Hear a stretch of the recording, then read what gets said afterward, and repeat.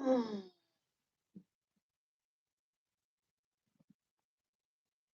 1919. Not bad.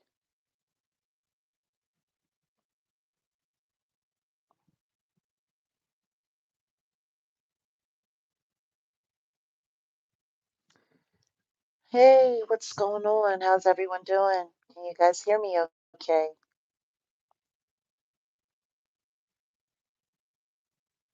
Hi. You know,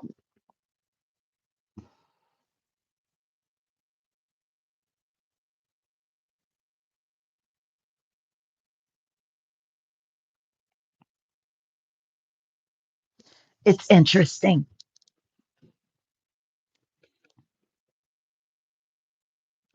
It's all interesting for me.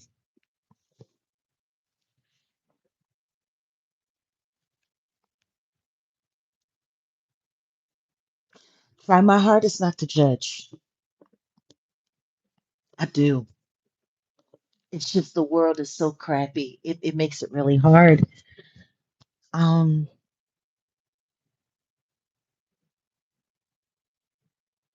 so yeah, guys, as we come into the room, let's remember to like. Uh, Anybody who wants to participate in the chat, you guys already know the score with that. Um, just become a member and you can chat. We are a members driven community. The whole objective of this channel is to create our own space here in hell where we can all get together, come together, talk. Um, and more importantly, it's the place where people get to come and talk to me directly. There are so many people that have so much Jag content all over their channels, all over their catalogs, and yet none of it's really me. You know, there's certain people that I sit with where it's a little more close to accurate than others. There are some places where you go and find Jag content, and hey, Yvonne, and it's man, man, I tell you, it is something else. It's something else. But I really wanted to just come in and check up with everybody because I have some really important stuff that I wanted to share with you guys exclusively.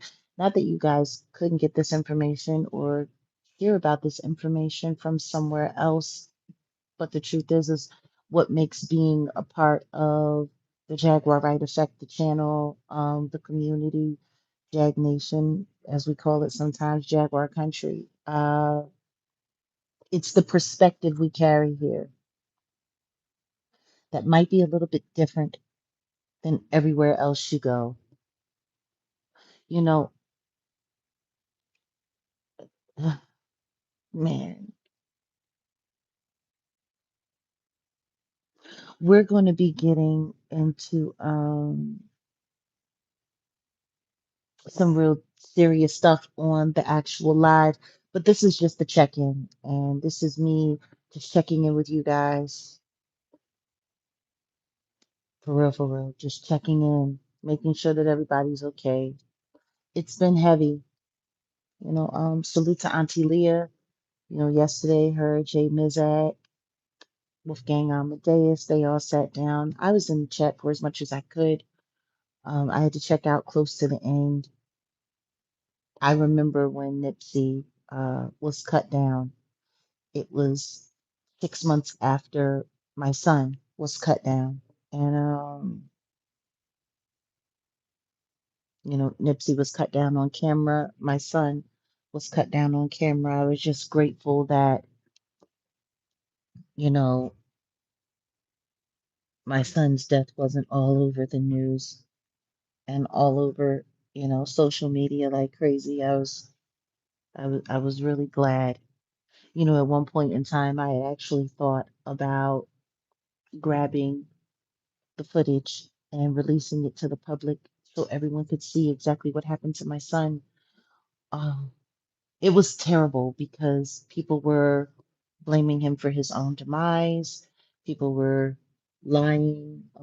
There was a group of people that were orchestrated to get together to create a narrative around my son's demise so that it would make it easy for the district attorney's office in Fort Worth to justify no billing his unalivement, which I don't care what anyone says. It was read wrong, and everyone knows it was. You know, there was a 16-year-old girl who was having a party with a bunch of adults around, yet there were no chaperones there. There were a bunch of gang members involved. There were a bunch of people who had ties to Rock Nation who were, trying to get Rock Nation contracts. There was a lot of stuff that was going on. But at the end of the day, uh, what Caleb did to my son did fit the statute. And I have reason to believe, and it came from a good source, that law enforcement there had been paid to drop my son's case and to let his unaliver go free, which is kind of crazy because he really didn't go free for long. Caleb then in turn turned around and took two other people's lives. And then they decided that he wasn't a good boy anymore, that he was, you know, a blatant taker of life, and he's prison. I think that's part of the reason why I let my crusade for justice for my son kind of just going ahead and die down because caught is caught.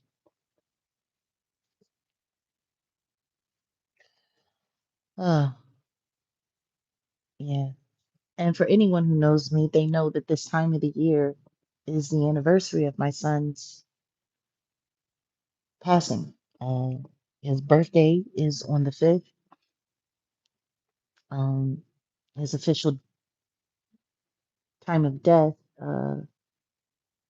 is 1:03, 1:08 a.m. on the 9th of September, barely 4 days after he officially turned 25. Um, Anyone who remembers any of the content from the other channel that was taken down, and maybe I should go on ahead and make it available to the public again. There was a live that we did with the Spiritual Shade Room. Shout out to Ani Asuro. Anyone who knows him knows that he's heavy into gematria. He is he's pretty damn accurate as well. Uh, it's hard to argue, you know, with his findings. And, like Clarence Avon always said, it all comes down to the numbers. And Ani did a reading on a gematria reading on my son's untimely passing, and he found the esoteric evidence, we'll call it, that my son's life, it was a sacrifice. Now, of course, people online want to take that and turn that around. I've actually heard people say that I had my own child sacrificed. I've heard people say that I wanted my son to die. I've heard people say some of the most terrible things, which is why I don't really allow anyone, or myself for that matter, to have any dealings with, you know, doing any celebrations until the online harassment of my life and of my personal life is handled up on. And until that stops, personal details about me, certain things, they will never be shared. It's just, that's not going to happen. I might acknowledge, certain small things, but I'm not going to, oh, honey, he's doing anything but resting in heaven. I tell you, he's been busy. especially lately. Um, he's been very active over there on the other side. When your child passes away, they become your ancestor. And he always wanted to be my boss. I tell you that. Sometimes we have to be careful what we wish for. But yeah, long and short of it all, um,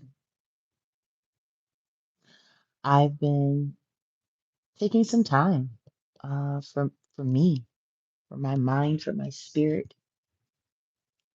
You know, I had thought about going live on a couple of different occasions over the weekend, and I know some people think that we haven't gone live in a week. Not true. We actually went live September 11th, but we made that a members only conversation. We're going to be editing some of that, and we'll be putting it back up on the channel for public. But it's funny. Anytime I go live and I sing and I share my gift with you guys and just have a good time with you guys like we did, not this past Sabbath, but Sabbath before. Um, I noticed that the online hate and vitriol, oh my God, it really kicks up. People really, they really do too much. They really go too far.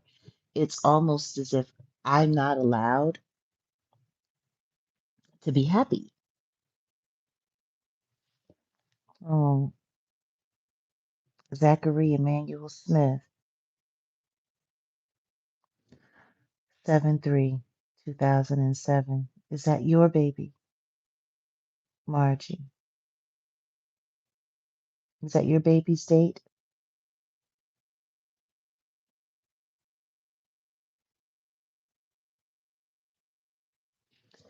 I'm telling you, it's hmm,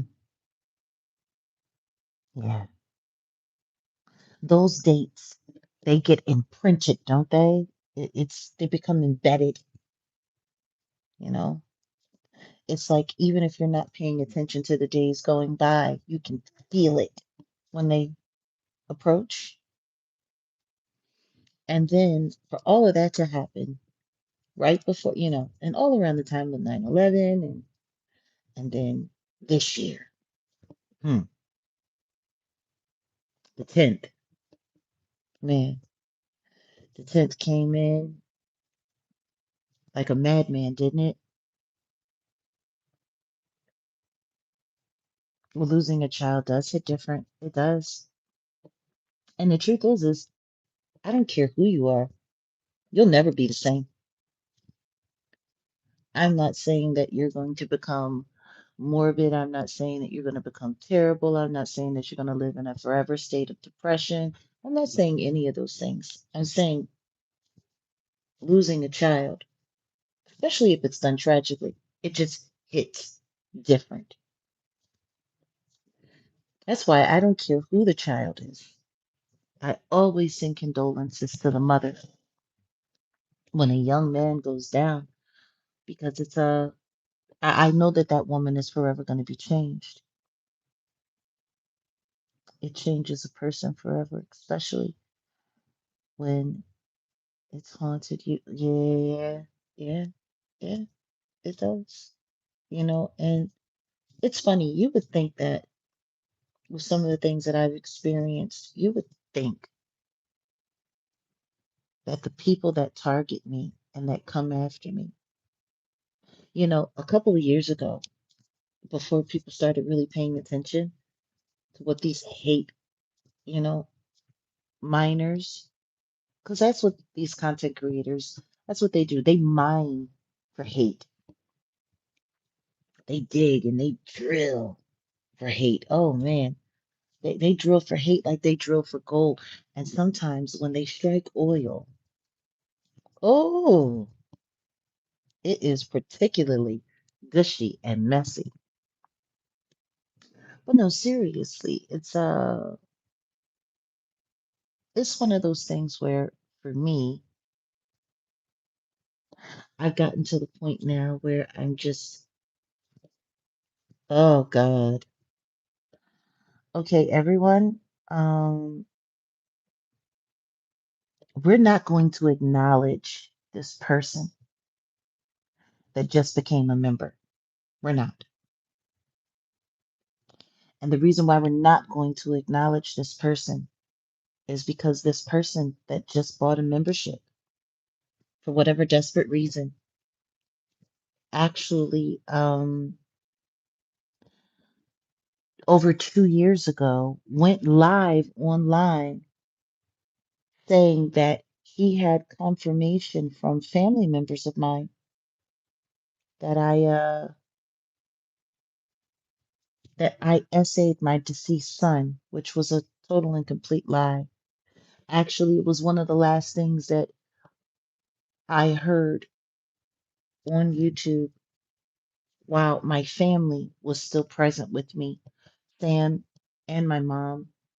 Um, yeah.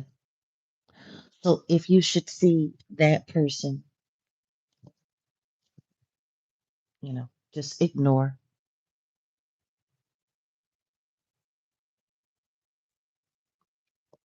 You can just ignore. Um, yeah. See, that's what I mean when I say people really go out of their way to mine for hate. It's there's a lot of crash test dummies on YouTube. And I just wanted to check in with everyone before we went live about some real serious stuff.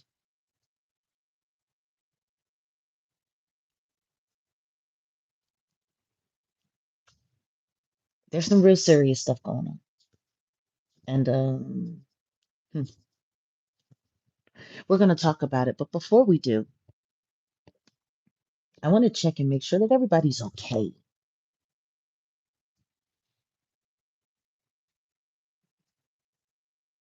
I still don't understand why all of the images of Charlie Kirk's demise are still so prevalent. I don't know why.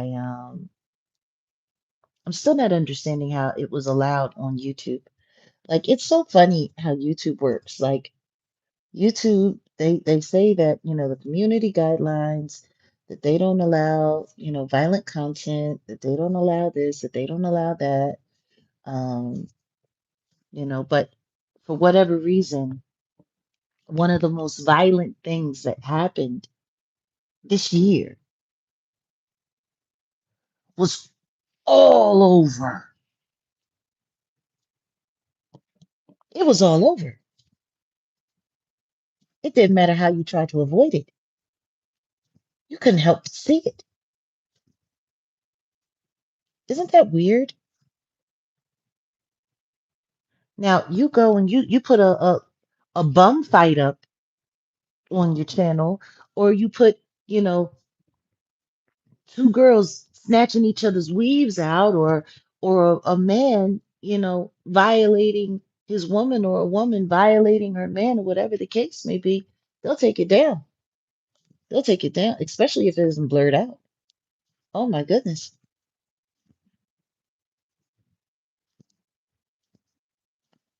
They'll take it down. They'll demonetize you. They'll do all that. Um, but Charlie Kirk's unalivement,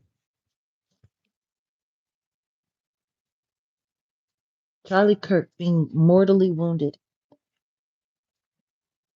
right in front of all of our eyes, was just allowed to run rampant and run wild all over social media.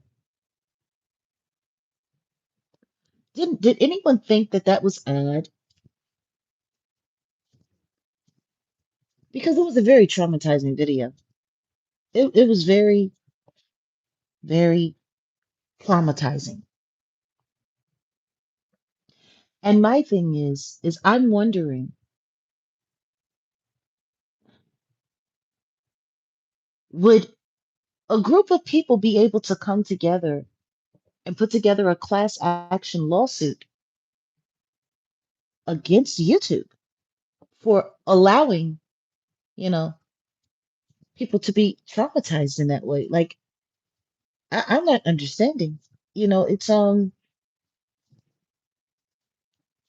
trying to figure it out. Like, I'm really trying to get to the bottom of it. I don't understand. That content was willfully and purposefully and intentionally shared over and over and over and over and over again. And I'm telling you right now, for someone like me who's experienced the things that I've experienced and seen the things that I've seen, it was too much. I'm going to tell you that right now. It was too much. You know, this wasn't a video game. This wasn't this wasn't some kind of simulation, even though some people are trying to say that it was. You know, see, today, the live that we're going to be doing later after this check-in is all about the Charlie Kirk tragedy, the grift, and the act. Oh, Carla, I'm glad you refused to watch it. I wish I could have had a choice. I wish I could have had a choice. You know what? Let's take a quick poll with the family here. Put a one in the chat if you saw the Charlie Kirk assassination, video uncensored, and put a two in the chat if you haven't seen it.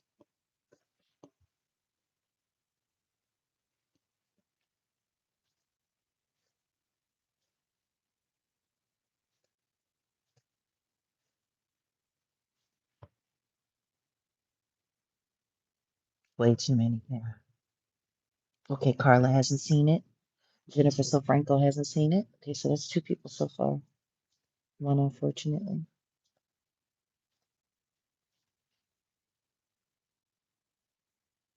It is traumatizing. It is.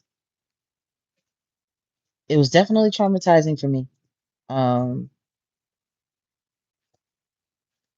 okay, Shannon, that you missed it. Okay. Right now it's looking like 4-1.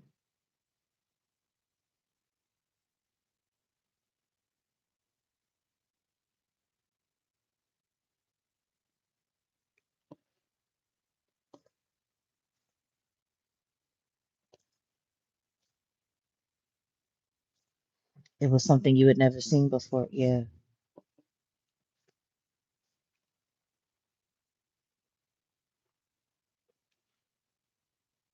I so wish I didn't see it though. It'll be ingrained in my memory forever. I know. I know. And see, this is the thing. A lot of people didn't have to see it. If YouTube guidelines work the way they say they're supposed to, and work the way they do for some things, even though not for others. Like it's the selective it's yeah, it's weird. It's selective. Certain content is, carefully guarded, heavily reported. Um and then certain content is just, yeah, man, people just out there. It's just out there, just they're letting it live, letting it do whatever they want to do.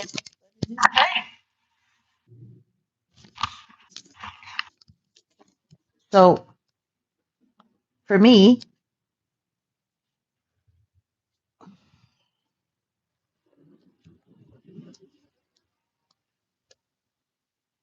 I just want to get to the bottom of it. Like I want to know how everyone's really feeling.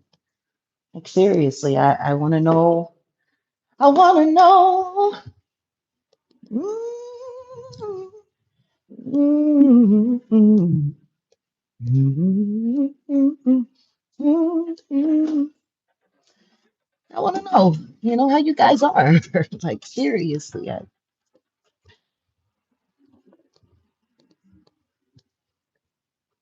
because I don't think we talk about it. I don't think it's talked about enough online, on the internet, on social media. How the content and how the things that we see and the things that we digest, how they affect us. You know, I mean, I know I'm not dropping any link here or anything like that, and I know we're just sitting here in the chat together.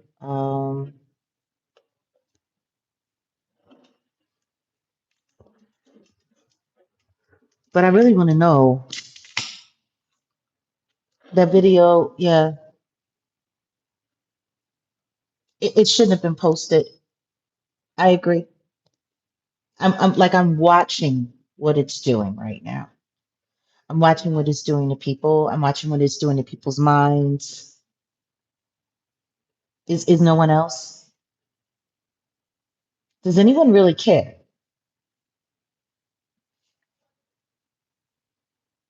Because now this video is like opening a space for a bunch of other things to happen in the world. Like it's wild. The Diddy content dried up, and then these people jumped on this man's corpse, and ooh, the internet went wild. Child, it went wild.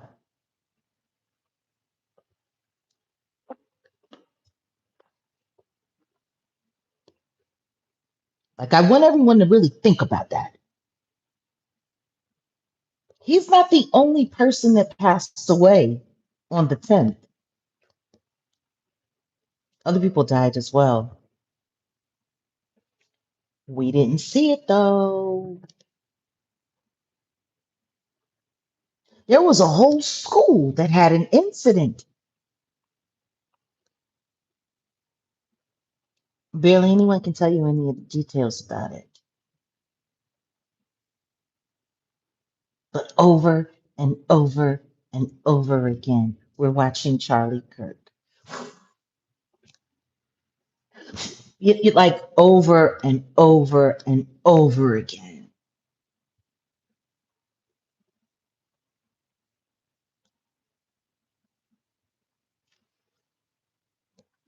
People making memes about it, people making fun of it. And then some people, ooh, man, you want to talk about the grave robbers of social media? Bah! Let's grave robber of the month.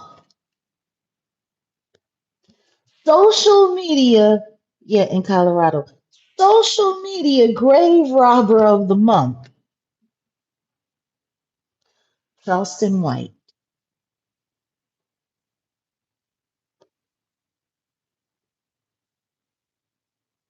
Hmm. And now people are saying,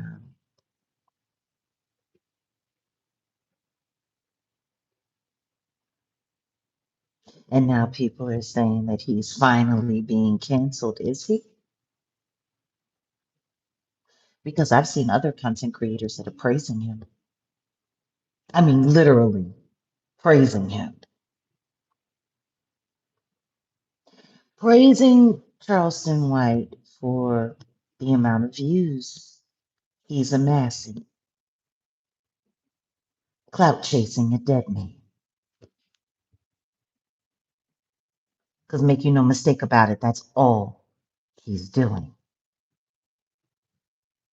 Oh no, I won't go as far as calling him an imbecile. Calling him an imbecile takes away the accountability and the responsibility for what he's done. See, The one thing that nobody has heard me discuss or will hear me discuss are my thoughts or my views regarding Charlie Kirk. I'm just not going to do it. I'm not saying that I don't have thoughts. I'm not saying that I don't have feelings. I'm not saying that I don't have views. I do, especially as a Black woman. I do. Oh, do I? You will not hear me utter not one thing regarding my opinions of that individual. It's not going to happen. Want to know why? And let me get a couple of things clear. It's not because I'm afraid. Y'all know me. I have spoken out against really, really, really big figures in our contemporary times. I have. And guess what? They haven't all been Black either. So anybody who wants to say, oh, she's afraid to talk about that because he's exactly the boss baby. I had plenty to say about boss baby Morgan. Like this isn't about me being afraid. See, when I see a setup and I don't want no part in pushing it,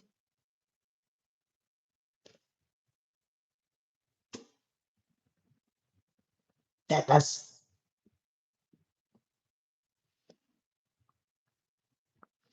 see, whether or not I speak positively or negatively about Charlie Kirk, it doesn't really matter. It's just fueling the fire that is now being created around this person's demise. Why can no one see that?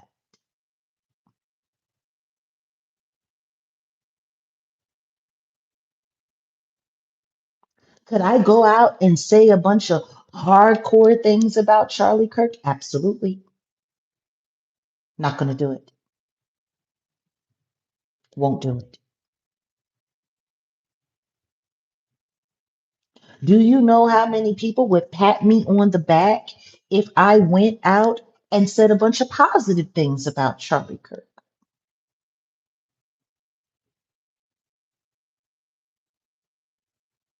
Not going to do it.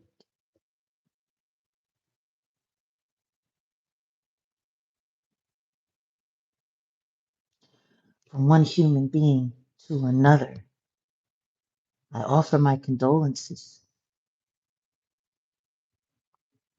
because the only empathetic place that I have to stand where Charlie Kirk is concerned is the fact that he was born in 1993, just like my son Giovanni. And he died a day after my son died.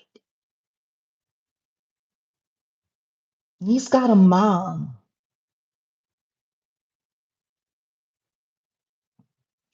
And whatever he might have been to some or to others, because everyone has an opinion about Charlie Kirk these days. Matter of fact, having an opinion about Charlie Kirk is probably the most lucrative and like lucrative thing that anyone online could do. There are people talking about Charlie Kirk that never talked about Charlie Kirk before, like grave robber of the month, Charleston White. Charleston White never talked about Charlie Kirk ever.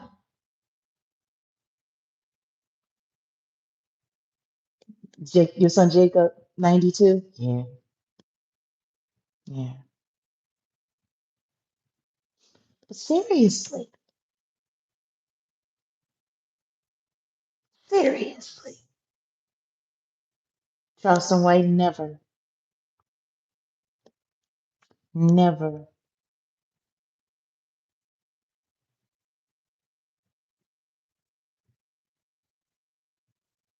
Oh, Yvonne, listen to me when I tell you the responsibility. See, this is why people should know that my character is so much greater. Because the truth is, me getting into the Charlie Kirk conversation on either side of it would be amazing for me. Like, there's so many people that were looking at me sideways after I went to Mar-a-Lago and after I was honored by America's Future. A lot of people on the left, a lot of people my color looked at me a little sideways. Sure did. And if I jumped in on the FBA side of the conversation and I started someone as smart as me, someone as quick-witted as me, man, I could be eating up a lot of that stuff that they talking about. Not gonna do it. Not gonna happen. Not gonna happen. And for the people who I've, you know, built a bridge with on the other side of things because of my association with America's Future and because of, you know, an association with the Flynn family. Salute to them. Man, if I came out pro Charlie Kirk, that could have built me a lot of inroads on that side. See, if what I was worried about, like if I was worried about my popularity, if I was worried about a reputation in one realm or the other, if I was worried about making money, if I was worried about, jumping onto the Charlie Kirk grift, because make you no mistake about it, people are grifting off of that man's demise in the most shameless of ways. Shameless. Like for me to sit there and listen to a content creator who I think is morally bankrupt at best. But then again, to be associated with the Adam 1622 person, if you're affiliated with that person, if you pledge allegiance to that person in any way, shape, or form, um, mm, yeah, morally bankrupt, that's kind for me to say. But a particular content creator was sitting there literally praising Charleston White, praising Charleston White, and not for standing up to the white people, and not for finally not destroying black people, not for any of that, but because of how many views he's getting with his Charlie Kirk bashing session. Man, it's working for him. Man, you see how many views he got? Man, I'm telling you, see, he knows how to make himself relevant. He knows how to stay relevant.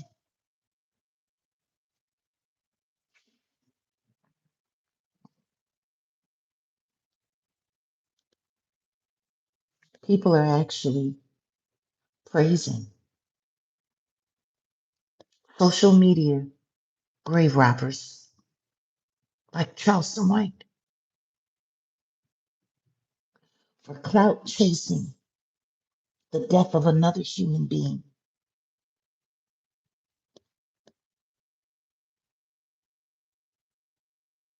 I want y'all to think about that. How sick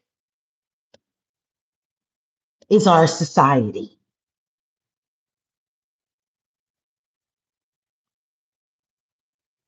Like, are we okay, America?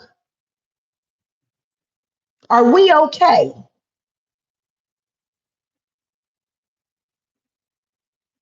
And that's why I said before we do the live that I have planned for today, I needed to come in and I needed to check with my folks and make sure that we're emotionally intact enough to say what I'm about to say. Because what I'm about to tell y'all next, I think it's going to destroy some of you. I think it's going to piss some of you off to the point where y'all might just lose it.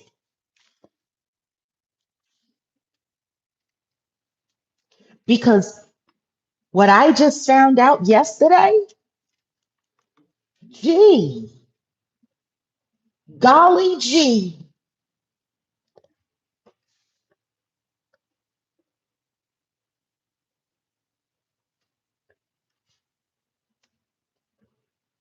And see, what I just found out yesterday is part of the reason why I didn't want to get involved in this Charlie Kirk conversation on one side or the other, have anything to say about it at all, because I knew it was a lineup for something else.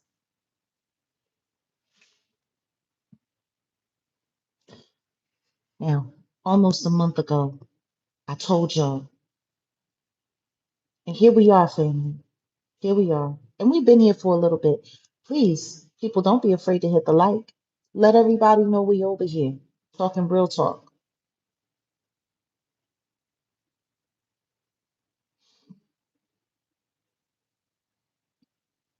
We're going to get there. I'm going to tell you, I am. And for all I know, some of you might have already heard about it. But y'all know how it is. When we get to talking over here and we really start going through things and we really start, you know, it hits a little different, doesn't it? We hit a little different over here.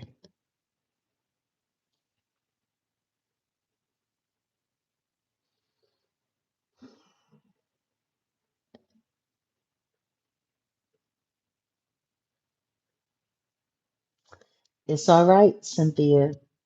We'll be live later. And this is a check in. This is me checking in with y'all. And it's also me letting everybody know we have an important live to do today. And I want to make sure that everybody comes.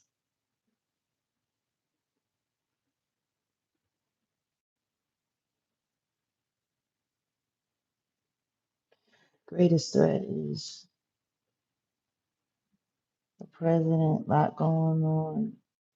Kirk's wife, not mourning, she's marketing prayers.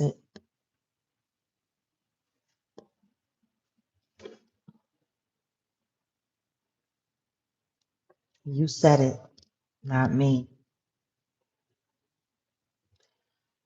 I just want to make sure that everybody knows um, where I stand. See, I stand with the people. I'm an American citizen. And it's my job to care about the well being of my country as an American citizen, to support my country in any way I possibly can. But I'm telling y'all,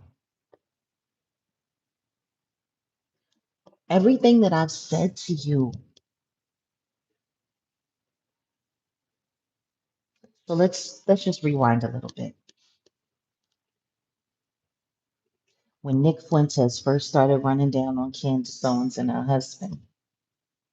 Now let's not forget that Candace Owens and her husband, their turning point. I mean, that's how they met. Y'all do know that, right?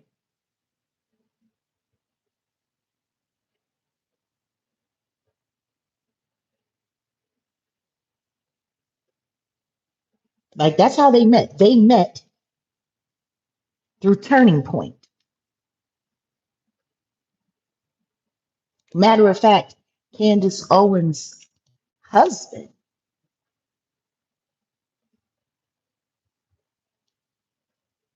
was the leader of the Turning Point over in the UK.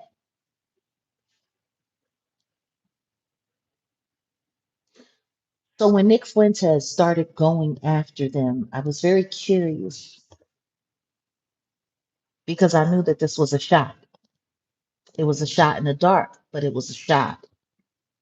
And I was curious where it was going to lead. See, everybody thought that I was, just creating fake beef or trying to get engagement off of Candace or talking about something that I didn't know about. The truth is I made it very clear. I don't care about the French president or his wife. I don't care about none of that. I don't. I'm not a French citizen. It has nothing to do with me. The question is why is someone as American and so-called apple pie as Candace Owens so worried about it? It was almost like it was a diversionary tactic to keep people from looking at something. See, while everybody saw a brilliant expose, I saw a diversion.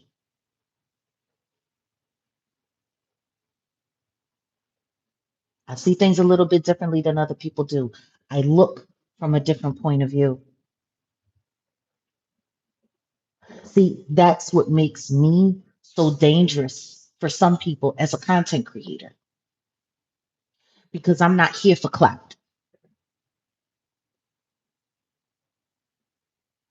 It would be nice if I could earn a decent living as a content creator and as a journalist in some way. It would be nice if I could, but the truth is, the man don't let me make no money.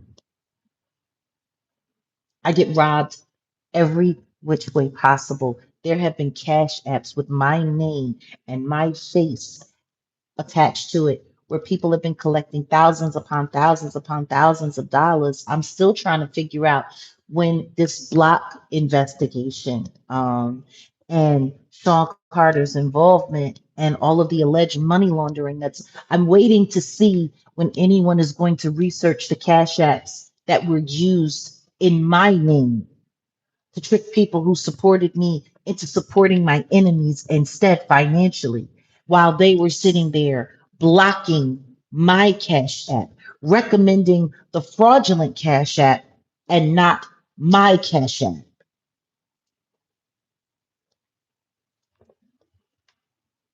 And yes, everyone, please keep harboring your acknowledgments. Keep all of us who have lost.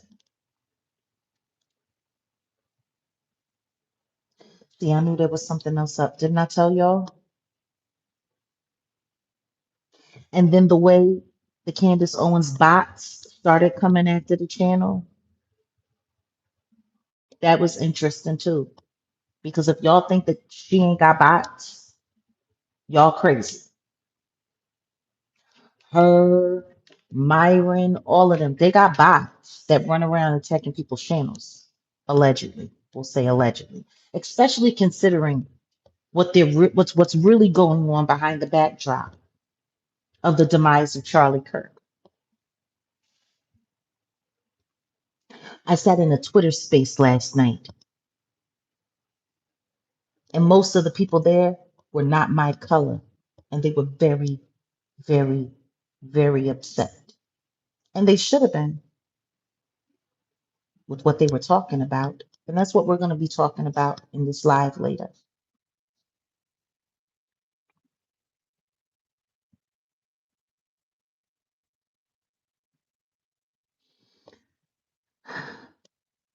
Oh, Barbara, you know, funerals are ceremonies for the living, not for the dead. I'm sure you do want to be there. There's a few funerals I've missed in my life.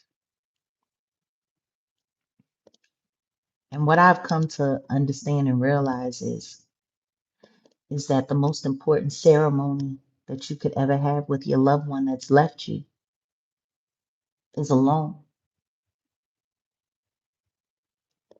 in your meditation. Hmm.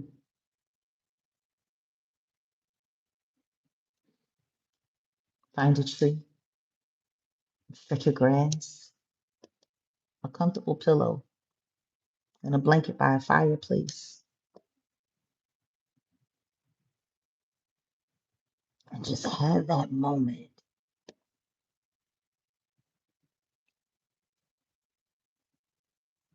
I love Chicago right back.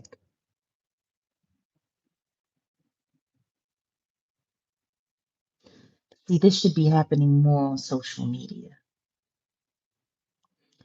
Content creators should be spending time with their subs and with their members, just being human. There's content creators online right now going back and forth about a beef over a little girl who what just turned 15. Her mother's in the life, her mother's a SCX worker, and it's looking like she's become one herself. And the thing that really tripped me out was they're literally sitting there going back and forth, beefing with one another. One content creator is pointing out the reckless disregard for this young woman's life and safety, while the other content creator is sitting there saying that the little girl is fast and that she wants to be out on the streets. Then people are interviewing her about whether or not, as a minor, she's one of the victims involved in the Hoover Rico. And you got a bunch of content creators going back and forth with each other about this little girl. And then one of them actually says that the Adam 1622 person has association with both the mother who was at a Diddy party invited by one of Diddy's sons, and she said she was almost teleported at the Diddy party, but she got out just in time. Tania, she said with soft white underbelly, she sits with no jumper, and then Lionel B went and found her ex-boyfriend, and then they chased her away from the Diddy story. I guess she was doing too much damage. So apparently her daughter's name is Nova and she's now 15, but apparently she's been online showing up in sheer tops naked and carrying on while grown men are sitting there looking at her prepubescent body while they talk about SEX stuff. And one of these content creators is actually sitting there saying that this Adam 2216, whatever the number is,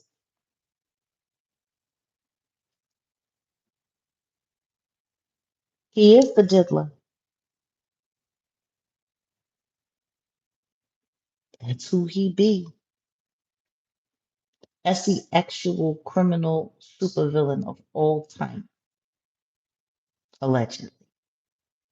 Well, actually, not allegedly. He was convicted of the Mann Act and all of the things that everyone heard about. For the few things that they let the public hear about, because that was the whole grift. That's the whole Diddy trial grift. You want to know what's funny? You remember those white parties he was throwing that people said that they went to, but they never went to the after party where the freak offs that never happened were?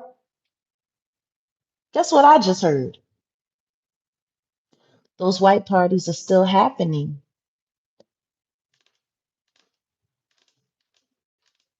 Hmm. Did y'all hear what I just said? The Diddy white parties are still happening.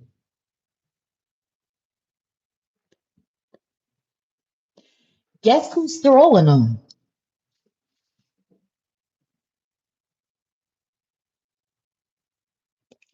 Guess who's throwing the Diddy white parties now? They have a new Lord and Master. No, not race it. Mm-mm. Very close, Reese. Very close. Michael Rubin. Ex- Bingo, AB. And Michael Rubin is in business with the Jigga Man. Isn't that interesting? Michael Rubin, who's all involved in this trying to get this casino in New York.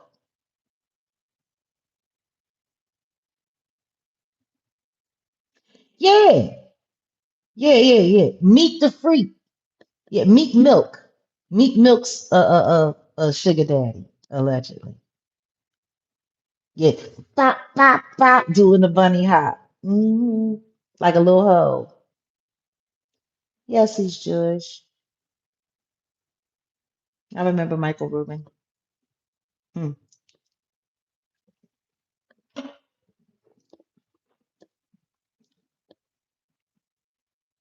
What y'all think about that?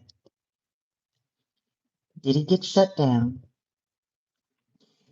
Everybody goes quiet, quiet, quiet.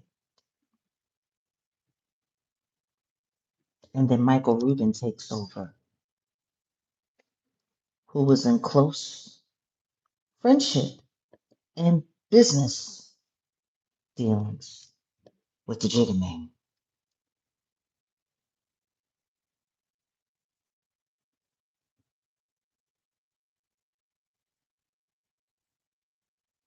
What y'all think about that?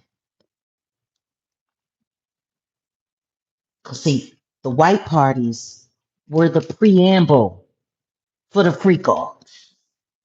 The truth is, after everything that came out, you would think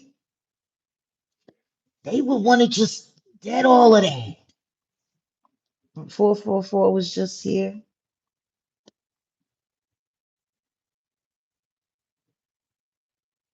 I mean, it seemed like it was better. Everyone seemed like they were so happy that things were back to normal. Maybe because things are back to normal. Tell me something.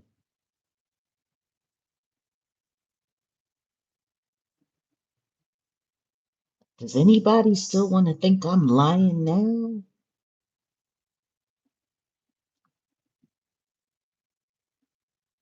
Yeah, the party didn't stop.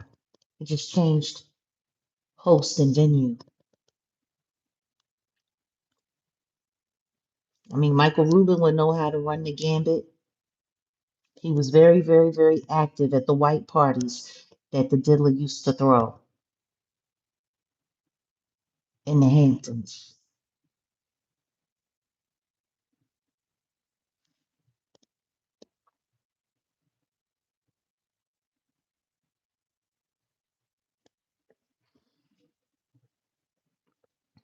I mean, yeah, I guess you could say it was the early 2000s.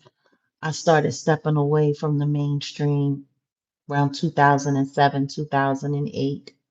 And when I was done, yeah,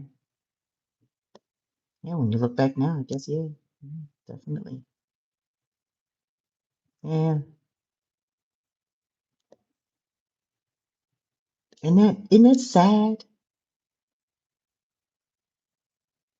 They just they just kept the party going. You exactly stand by your man. You want to know what else I saw that I found a little disturbing?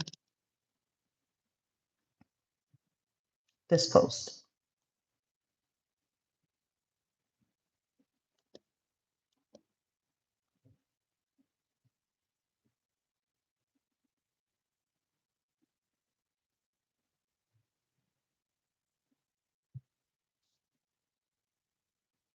Y'all know who that is, right?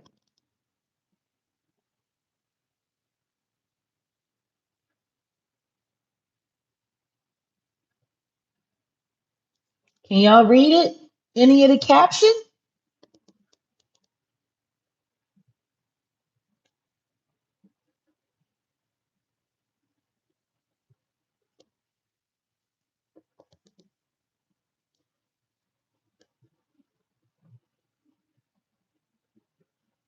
That's Ivanka Trump, daughter of Donald Trump, Donald J. Trump, our president, and her husband, Jared Kushner.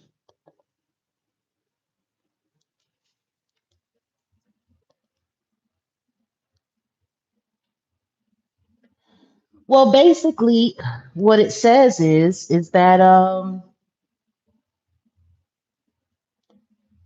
they went out to dinner, see,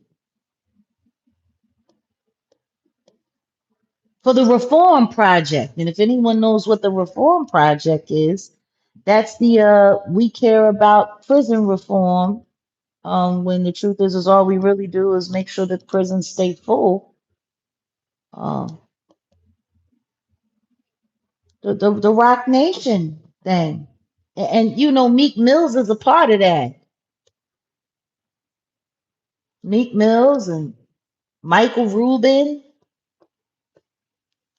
and Desiree Perez and the Carters.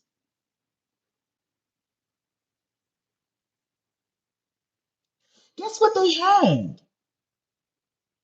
They had a casino night.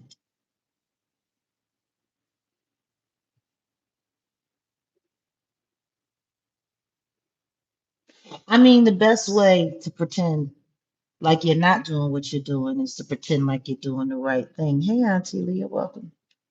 Welcome to the check-in.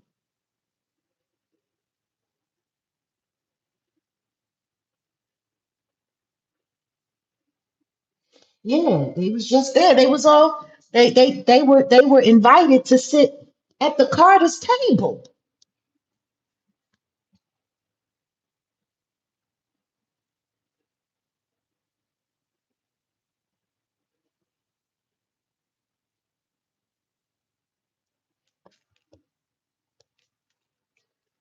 Now, Ivanka stepped away from political life. She made it very clear while her father was running last year that she had no intention of wanting to have anything to do with anything regarding politics anymore. She wanted to step away.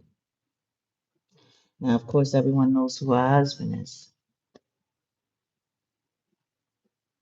Maybe some people don't know, but Jared Kushner is very interested in turning Gaza into some kind of resort capital.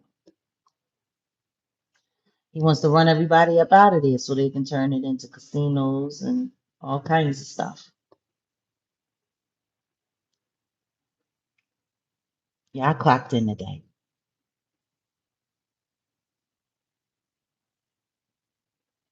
Like y'all know that, right? Jared Kushner is all for destroying Gaza while all of this stuff is going on.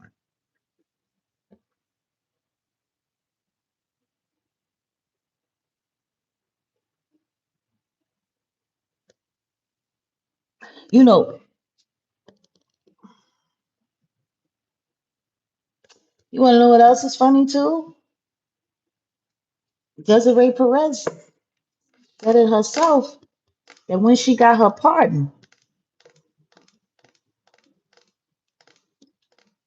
back in 2021 before President Trump had to leave office.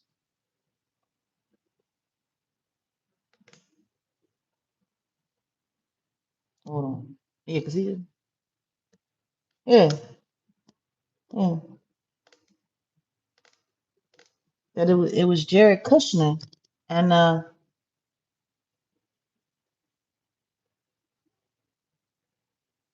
allegedly him and Van Jones was the one that walked her pardon papers through to get signed.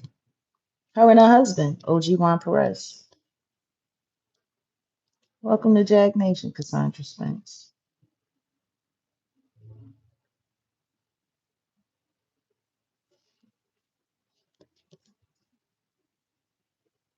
See, this is why I take my time. I know there's a lot of people on here that like to do their videos in 30 minutes or less. And I know there's a lot of people that like to get it done in 8 minutes. And I know that I'm not one of them.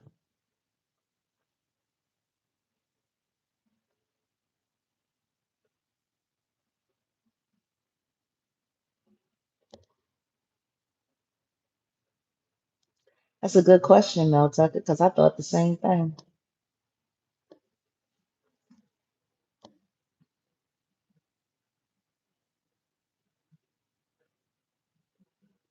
And he's sitting at the table with the Carters and Desiree Perez. Bunny Hop was in the building, feeling all special.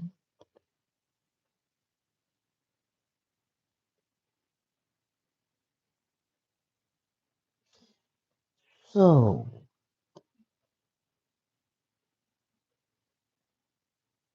all that being said,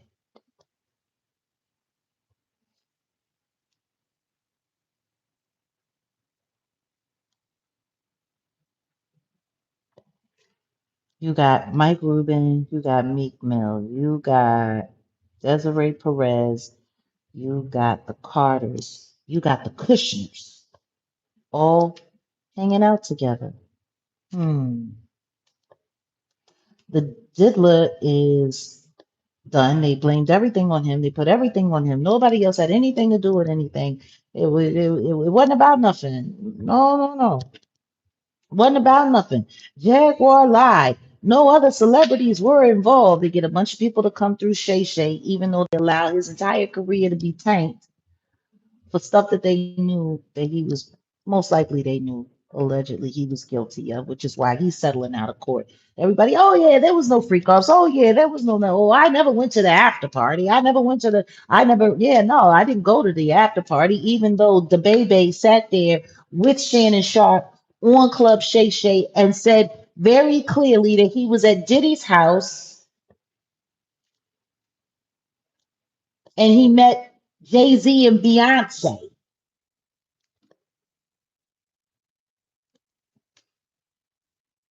And that Beyonce presented herself to him while Jay-Z was there. And he was like, you ain't got to do all of that. You know, she Beyonce. He didn't say she introduced herself to him. He said she presented herself. And he was like, I know who you are.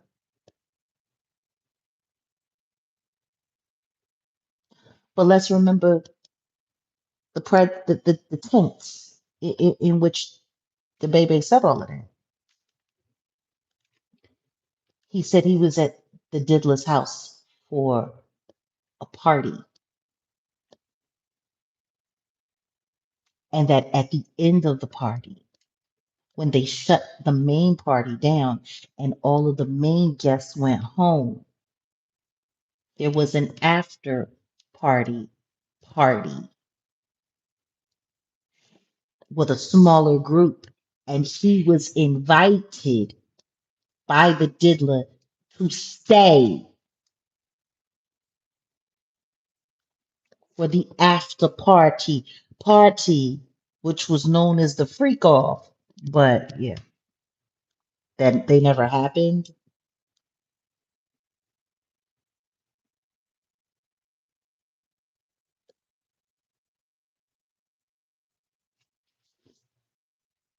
But Jay-Z and Diddy ain't friends, but they was friendly enough for them to be staying for after parties where wives are presenting themselves to young rappers who are mesmerized. Interesting. Shame on anybody who would dare call me a liar about anything. Shame on anyone who don't listen to what comes out of other people's mouths.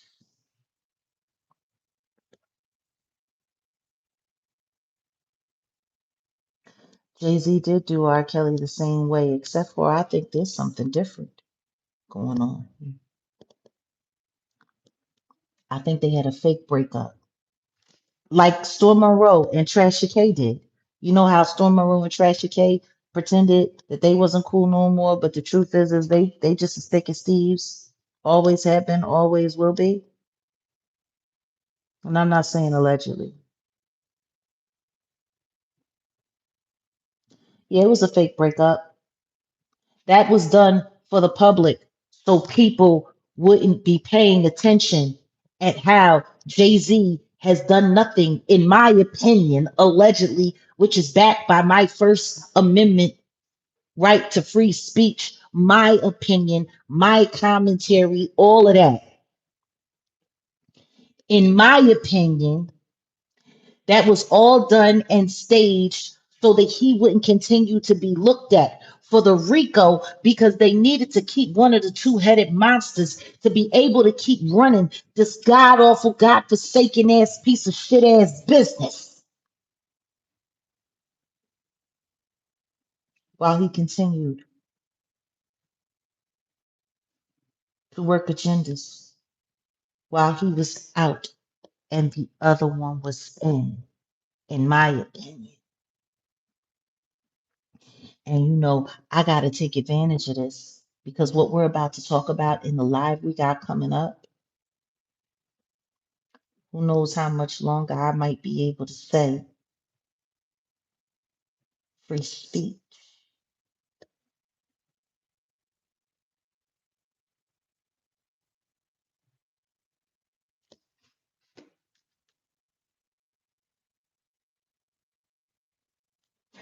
Did y'all know that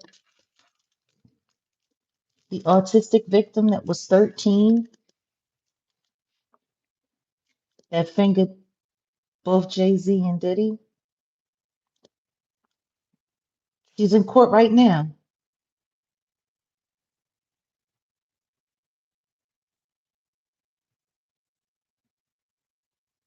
fighting to keep her Jane Doe status protected.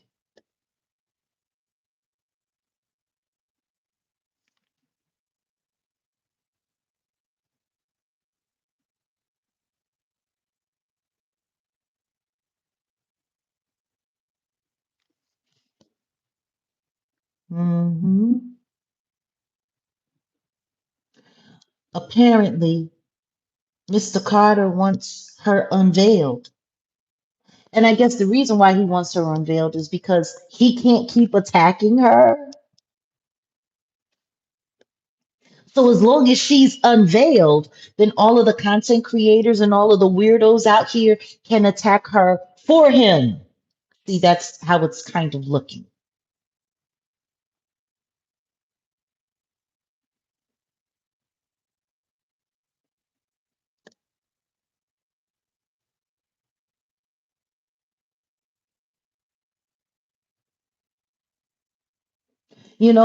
For all of the people that was in love with Diddy content, and I understand this Charlie Kirk grift is very lucrative for a lot of people.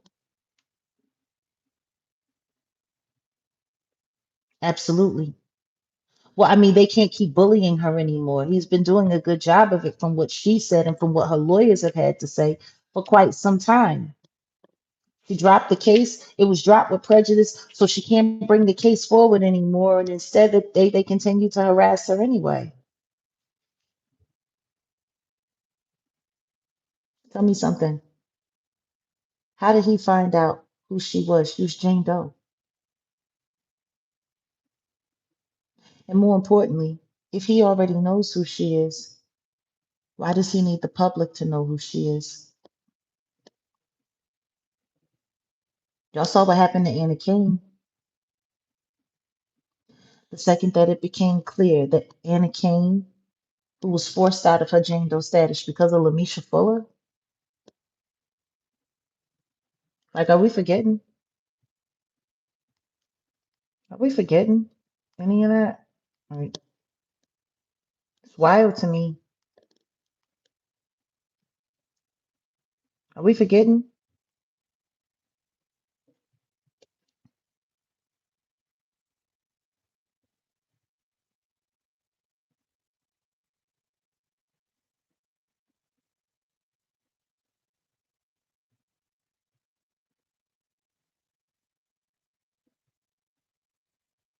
I'm curious. I'm so sick and tired of all of these lawsuits being filed. They're nothing more than distractions. You remember? She was the girl in the D&G shirt.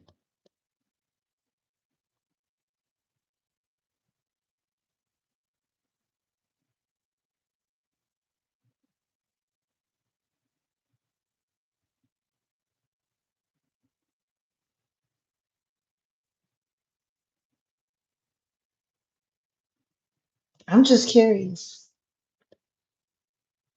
You know, this person said she was the girl in the D&G shirt. Millions of people saw that. It was so bad.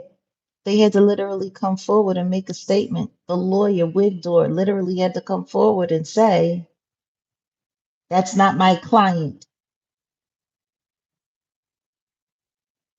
And then they couldn't go forward with their case until Anna Kane was forced to give up her identity. Funny. Where are the legal ramifications for her, for Adria English, who vouched that she was the girl in the DNG? Why are there no legal ramifications? Why is nobody coming after them? Because see, if I was Anna Kane, after my trial was done, I'd be suing her and Adria English for destroying my case, or at least for trying to. I'm still just trying to figure out why no one in the government is going after these people for tainting the jury pool. Because with the millions of views that they garnered from Lionel B to the Atwood channel, it was discussed on Popcorn Planet. I'm talking about millions and millions and millions of views.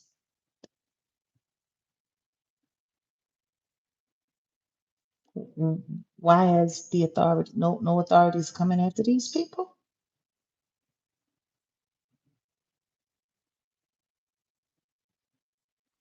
No, Ramir has not been paid off. As far as I know, Ramir has not been paid off. But these things take time. It's not easy when the person that you're going up against has endless resources and you're just a regular person living a regular life. Not everybody has $5 million to give to attorneys to make a mockery of the judicial system to try to get away with committing a crime or with being negligent in some way. You know, kind of like what's going on with Demore Hadley.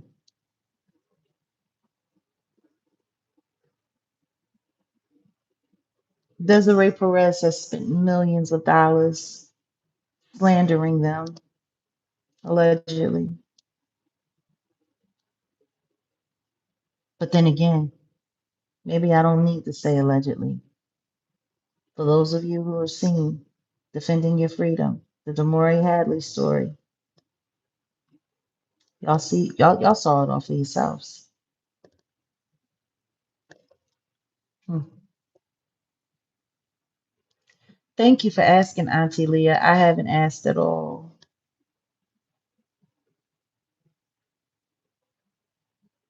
But we could use more likes. We could use like 200 more. That would be great. I mean, Demore's story is sad, but he's given a hell of a fight. Her and Javon, they are giving a hell of a fight. And I do believe they're going to win, which is why I know that I'm being persecuted on so many different levels now. Like it was bad enough before, but the second that I weighed in to the Demore Hadley story, trying to discredit me went to a whole nother level. Like it's gotten so bad that the trolls here, which by the way, if you're a reputable content creator, you'll go and check. Like, you got to be suspicious of any content creator that takes advice from faceless, unknown subs. Now, I don't really talk about 2 Week, and that's about as close. Corey and his wife Marlena, y'all remember them, right?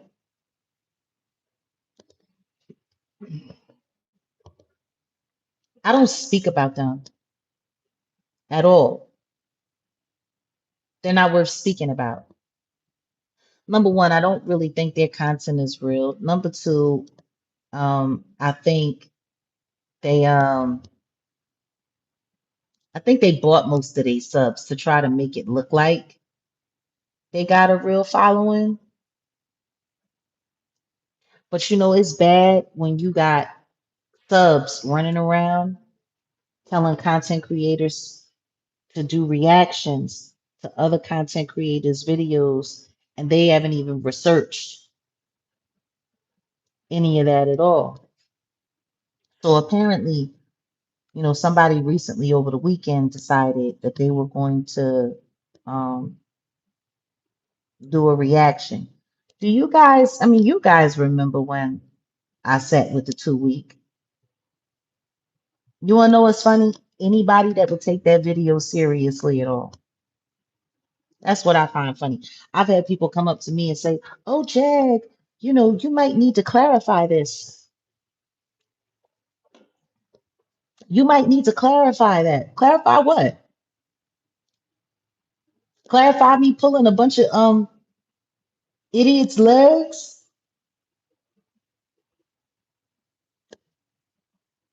Really? I need to clarify that. What was it said? It was very performative. Yeah, I know. I was bullshitting them.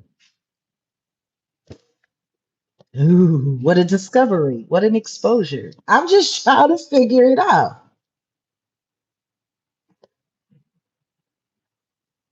That whole video, see, that was when I realized that 2 Week was on some BS.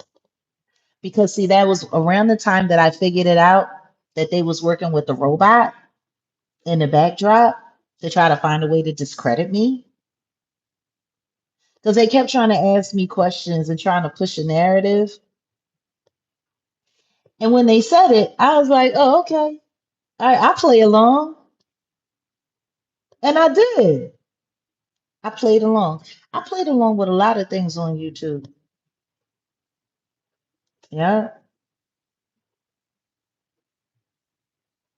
yeah. Like with that bondholder that I had back in 2023. God help anybody who thought that any of that was real. You want to know what's funny? Nothing even really happened at all. It was more like a sleepover that just, that wasn't real. And everybody knows it. But I had to get to the truth. I had to figure out who was all in on setting me up to put a bad case on me so that I could be shipped off to a mental hospital and probably poisoned to death.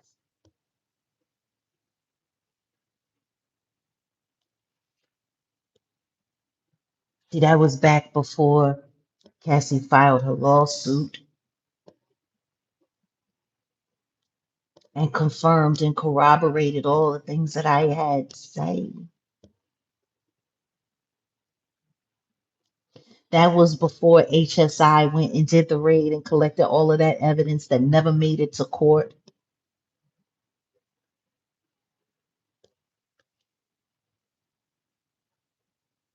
That was before the government realized they were going to have to arrest the diddler.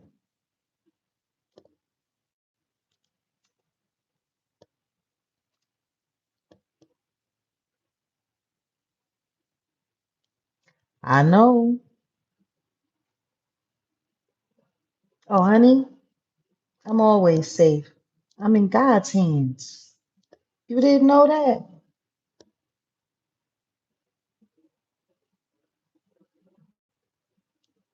The diddler,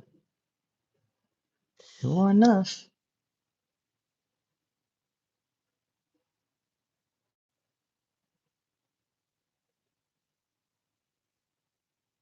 Man,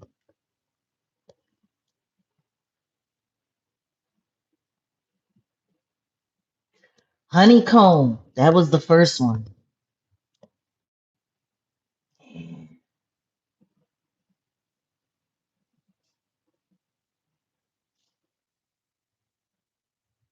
You know, nobody wanted to believe me then.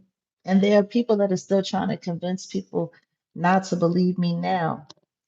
But what I don't understand is, you know, so since people want me to address the whole 2 week video where I'm supposed to be being exposed as a witch.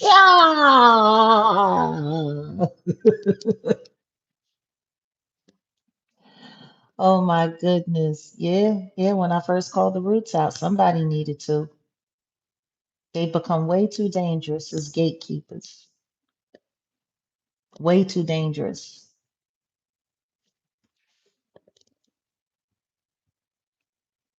So since people want me to address things, let's address this. Can anybody pull the timestamp in that video where I declared myself a witch?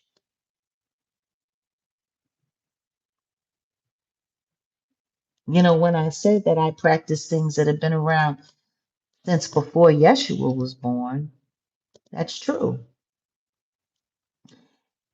If I open up the Bible and I read Genesis and I read about creation and how the world began,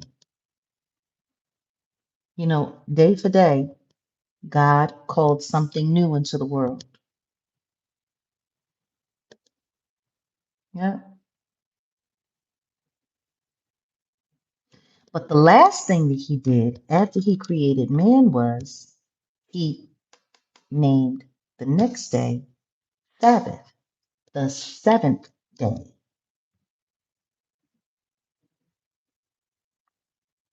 And the seventh day is Saturday. Sabbath comes in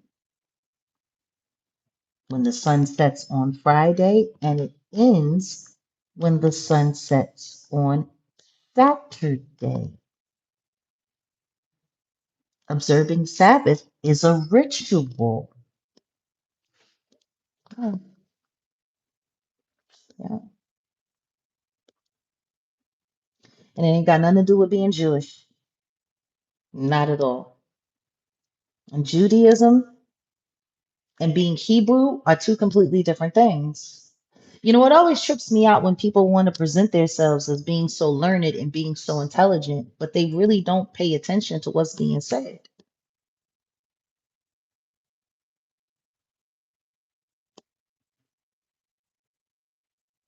You want to know what else Yeshua said in the Bible? Mark 11,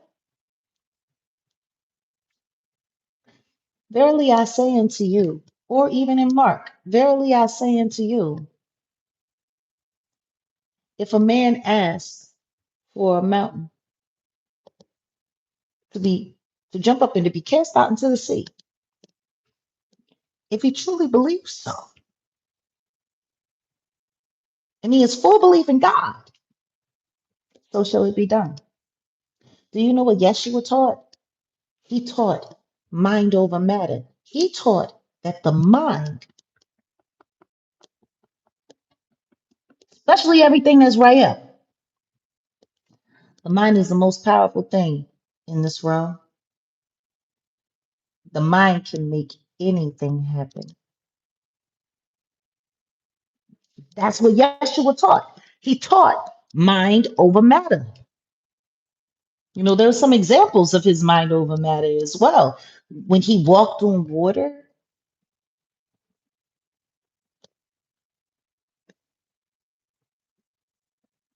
when he actually turned water into wine, when he sat with a man that had been pronounced dead, and then that man got up and he moved around.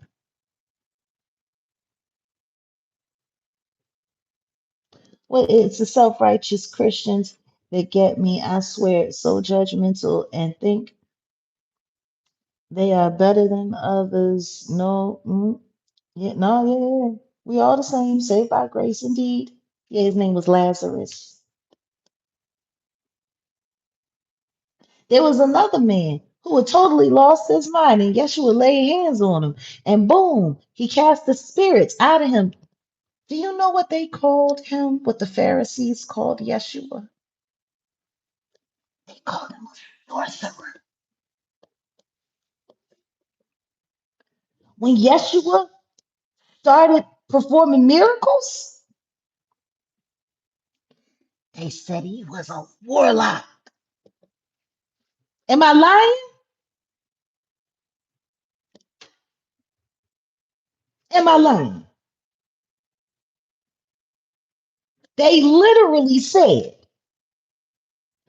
that when Yeshua started performing miracles, that he was dealing in witchcraft.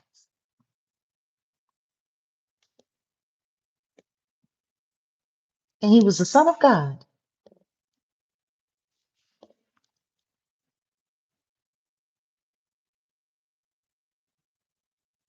in his son.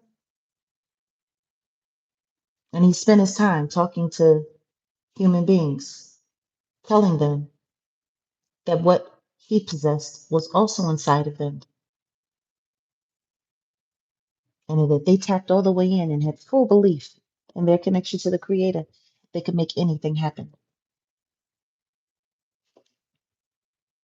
The Spirit of God. Now, there are some people on this world, especially if you're into metaphysics or kinetic sciences in any way. If you study any of that at all, PFM, pure fucking magic. Yep, sure is. You know, the chakras that we have in our body,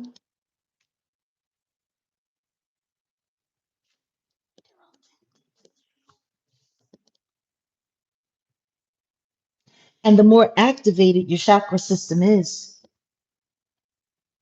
the more in alignment you are with the universe, and your capabilities and your potential for mind over matter becomes so much greater. Those stones that I keep in that cage, do you know what I'm able to do with them? I'm able to check my chakras to see what my energy is doing.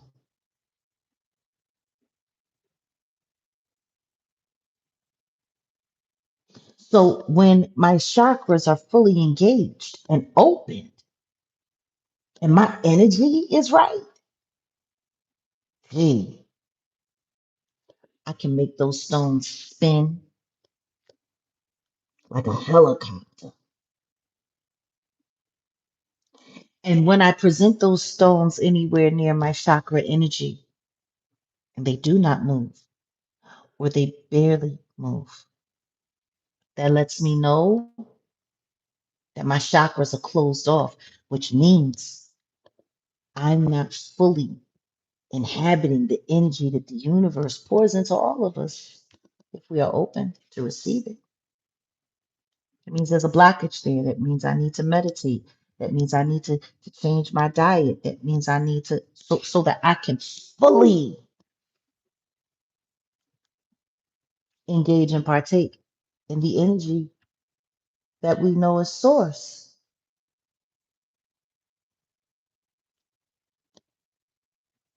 Now, we also have people on the face of this earth Yeah, all facts. See what I'm saying? Now, we also have people on the face of this earth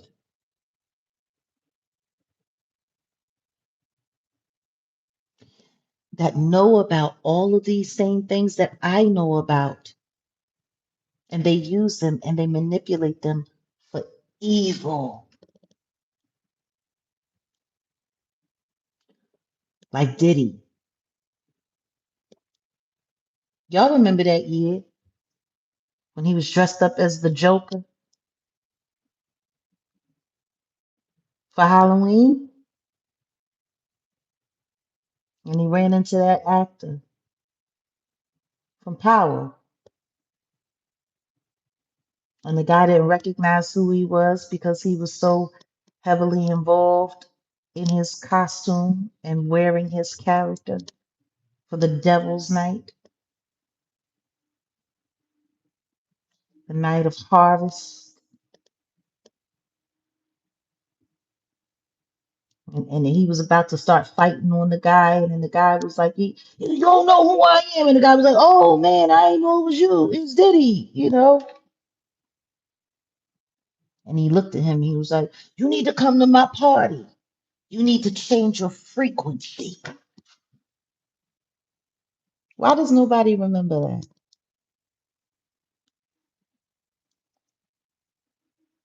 He didn't say you need to come to my party and just kick it and relax. He didn't say you need to come to my party and you need to, you know what I mean, kiss my ass because you almost got fucked up. Honeycombs never thought he was going anywhere but to another freak off. Guess he thought wrong, huh? Mind over matter, maybe. I don't know. He didn't say any of that other stuff. He didn't say, "Hey, why don't you come back to the party so I can introduce you to some girls?"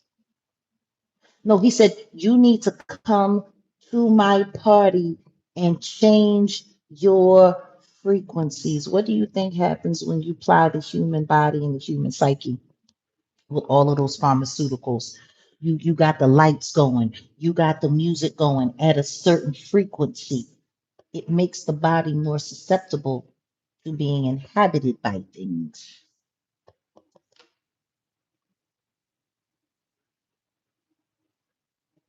He said, "You need to come to my party and change your frequency." Who says that?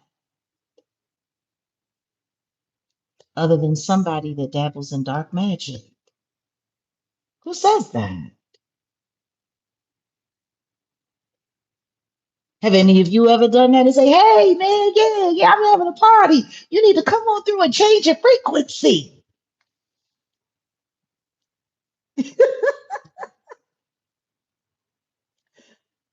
I don't.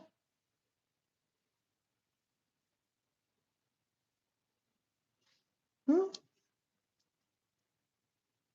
These people are heavy on demon time, and I've been saying for years that witchcraft is heavily embedded all through the entertainment industry. Have been saying it. You want to know what I thought was funny? It was at the end of that farce of an interview where I said it takes one to know one. Yeah, they asked me if Beyonce was a witch, and they asked me how I knew, and I said because it takes one to know one. I wasn't lying. That wasn't me calling myself a witch. A Hollywood witch that I know that operates in Hollywood confirmed it for me.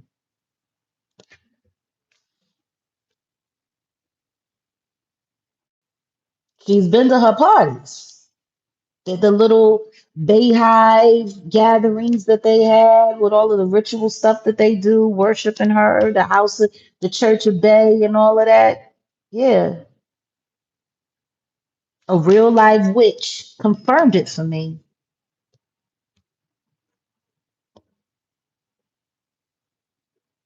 But it's funny because all I had to say was, it takes one to know one.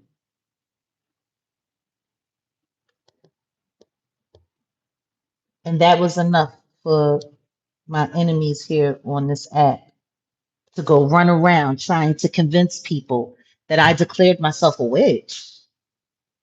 Matter of fact, I think I also said you people are so small minded. I'm so much more than that because all of these witches and warlocks that are all through the entertainment industry, all they are minions for the devil. I, I'm of God.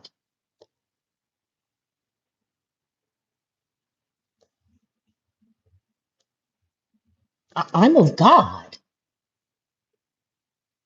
I'm an agent for God.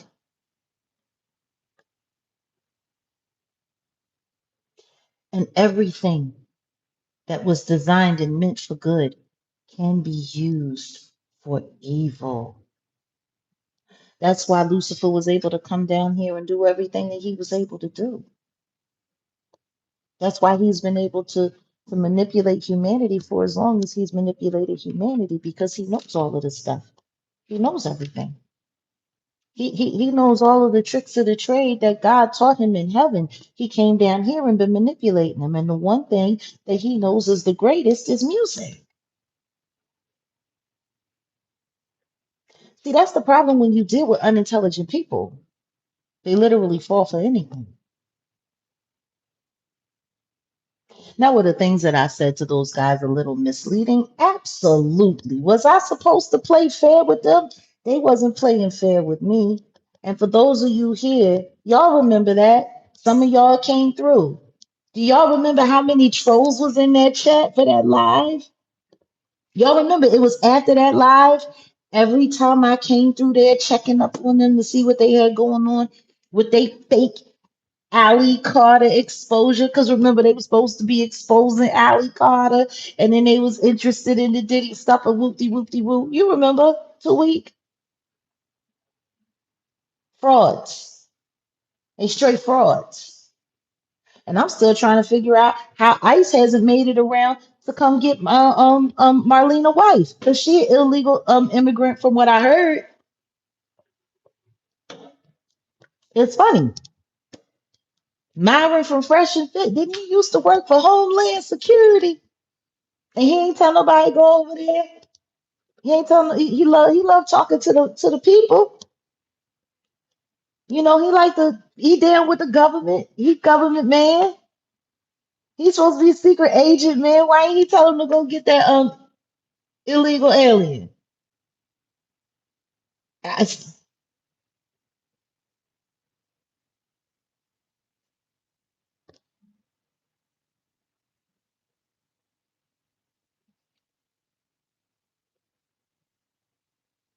like for real. I'm just saying. How many of y'all was over there for that live? Do y'all remember? They were over there. That chat was like boom. There was nothing but trolls in that chat. Talking all kinds of crazy, being all kinds of disrespectful, and they didn't ask their mods to get nobody in line, not once. That's when I knew they was working with the troll farm. Because anybody that allows somebody that they call a guest to come and get dogpiled, there was nothing but trolls over there. Y'all remember? Auntie Lee, yes, I remember that day. The biggest pay date. Yup, yup. Oh, they made some good money off of me. That engagement because their channel's dead.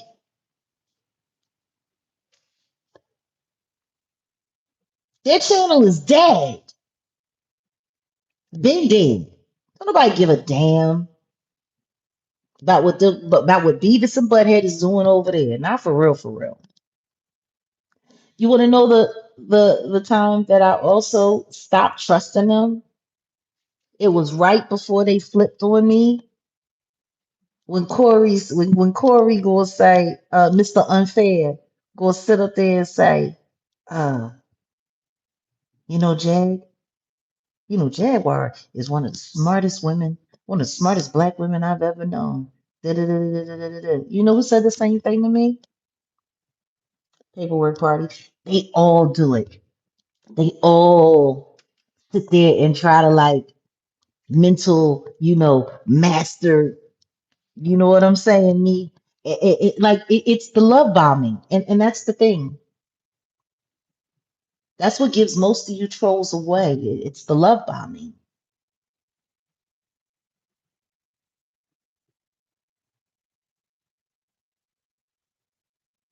Yeah, social engineering. But what was really sad was watching how the sector um, that was designed to destroy me and to stalk me and harass me and surveil me, it got so weak that they literally sit here and listen for everything that I say so that they can find something new to target to come after me, to create engagement for them. Because, see, that's how it works. See, if I respond, they all get to do reaction videos. And then their little, caravan of hate gets to go channel for channel for channel for channel, liking and supporting and sharing each other's videos. And that's how they get engagement to make their little bit of money.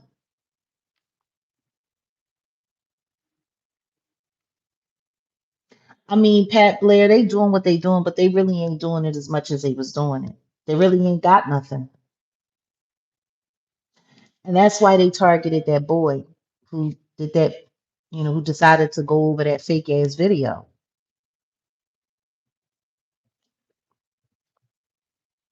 Because that whole video was fake. Everything that they did in it was fake, and everything that I said to them was fake. I mean, technically, I told them the truth. I just, I put a little show on for them since they wanted a little show, and I gave them one.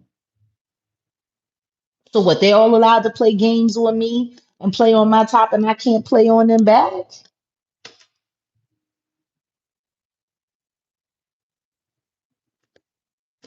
Like I don't get to play bad. They get to be the only ones that have fun. What bothered me though was how many people were taking that video seriously. Like that's the people that took that seriously, that bothered me. Like that really bothered me. Because it goes to show exactly how easily people's minds are manipulated. Somebody says it takes one to know one, and all of a sudden that's a confirmation that I'm calling myself a witch. No, I talked to an actual witch who told me Beyonce is a witch. She showed me.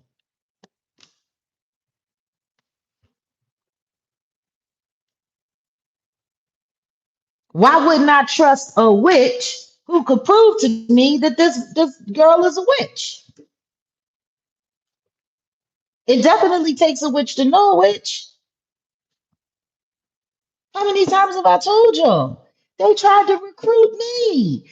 They wanted me to be down. The last time they made a run at it, it was like back 2015, 2016. Yeah, when I was out in Oakland, I got approached by a bunch of industry witches. They tried to diss me in. That's what they do. They recruit people, dinner parties and going shopping and oh, I want to introduce you to someone. Oh, he's a millionaire. Whoopty whoopty woo. That's how they do. They try to romance you with the life, because everyone knew I had walked away. I was really only interested in working, just doing yard. I wasn't interested in the lifestyle anymore. Had it, been there, done that. Yeah, got the t-shirt. It's over.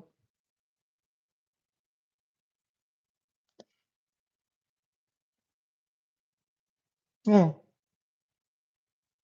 yeah, man. They really wanted me to come into the fold. They were really hoping I was going to change my mind. They were really hoping I was going to miss something that world had to offer.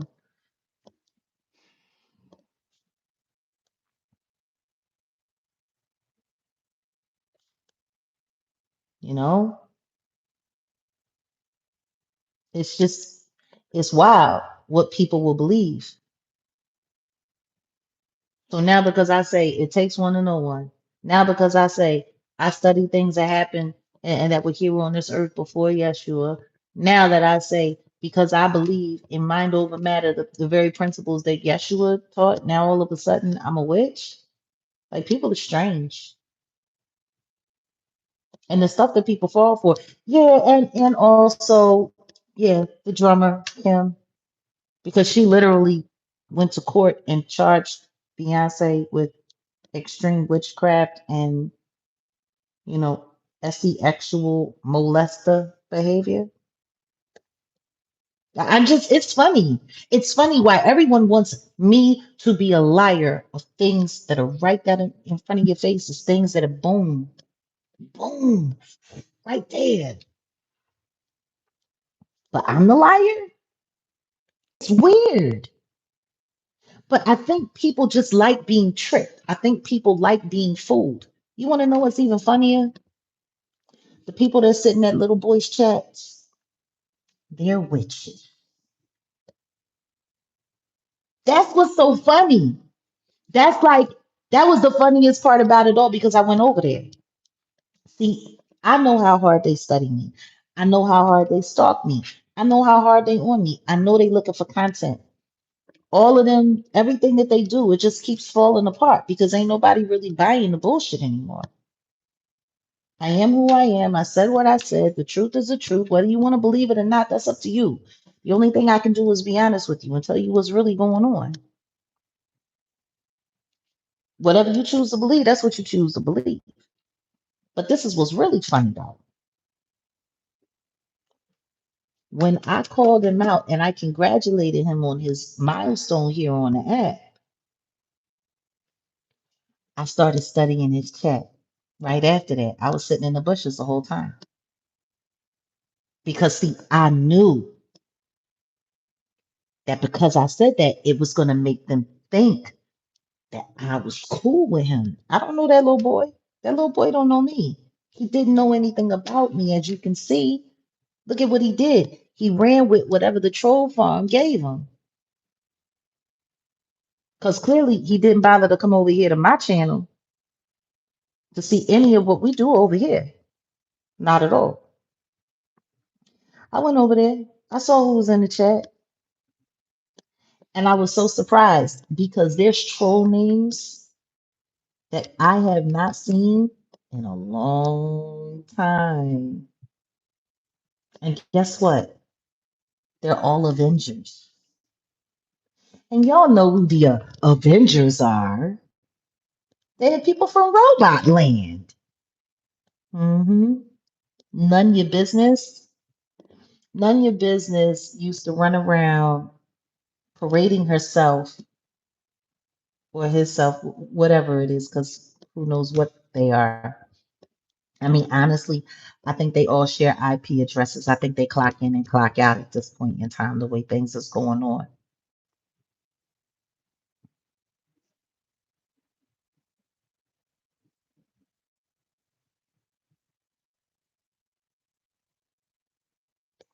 Listen to me. I just keep it a buck. I just keep it a buck, Reese. But let's be clear. None of your business. And it was so wild because I'm just sitting there watching this kid, right? Because, you know, when you go for being an uploader is one thing, being a live, being someone who goes live with a live audience on YouTube, that's something different. That's something very, very, very different because now you're interacting in the space. And the second that you're able to go live, negative and positive people get to engage with you in their chat. And that's what most of my apps do. If I mention someone or if I talk about someone or whatever the case may be, the first thing they do is they go over there to whoever it is that I mentioned and they pretend to be a supporter of them. And they're, you know, love bombing and they're extra, you know, they're all in the chat. They're all in the chat. And you can tell the ones who are really, really, really busy trying to get the attention because they're the ones that do all caps because they want to make sure that their messages are seen. But yeah, none of your business. But Danny was over there. That was so pathetic. I can't believe she still uses that one. Um, who else was over there? Luna's Blade. Jay, you warned us about. Yeah, I told y'all what was going to happen, and that's exactly what happened. Now she on Ozempic, and everything's supposed to be great. Like shit ain't been right for her ever since. I tried to tell y'all. Like I don't know why people don't want to believe me, but people just don't want to believe me. And part of the reason why, when the kid said that he was going to start going live after he went 100K, I dropped his name on purpose because I wanted to see what was going to happen. And he hit the 100, and then he went to 103. It was a slow progression, and then boom, instantly, it was a surge of like 10,000 people, like 10,000 subs. He went from like 103, 104 to like 113, 114 in like in 48 hours. And it was wild because I'm sitting there watching, right? Now I'm monitoring the whole time. I'm watching. I'm watching him go live, and I'm watching him. None your business. None your business. He just going back and forth. None your business. Oh, thank you. Oh, thank you. Oh, thank you. So it was the second time that I seen him going back and forth. I'm like, oh, they already emailed him. They done already emailed him. They in his emails. They in his DMs. Now, see, what's going to be sad is if you see any of those names, the Luna's Blade, the None Your Business, or the Danny person, if you see any of them, end up with a wrench on that channel. Because if they get a wrench on that channel, then that means he is all the way invested in the troll farm.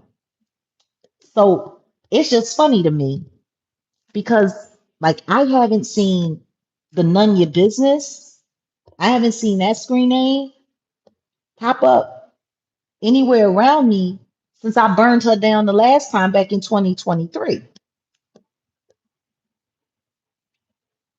I haven't seen nobody. I have not seen that person or the Danny person anywhere near anything that I do. But all of a sudden, they dust that off and they come over there. Like I just and I think the only reason that I'm really talking about this is because I want people to see the desperate nature of internet trolls and how they infiltrate and they embed so that they can influence people to slander and defame. Now, the thing is, for you to run with that one video, that everybody who actually follows me already knows is some bullshit. Because everybody knows, and let's be clear, I've seen a good share of this young man's content. He ain't never covered 2 week before. So if he's never covered 2 week before, let's look. I want you. I'm see because I'm really cooking now. Like I'm really sitting here like just putting all of their asses out on blast and how heavy they stalk me.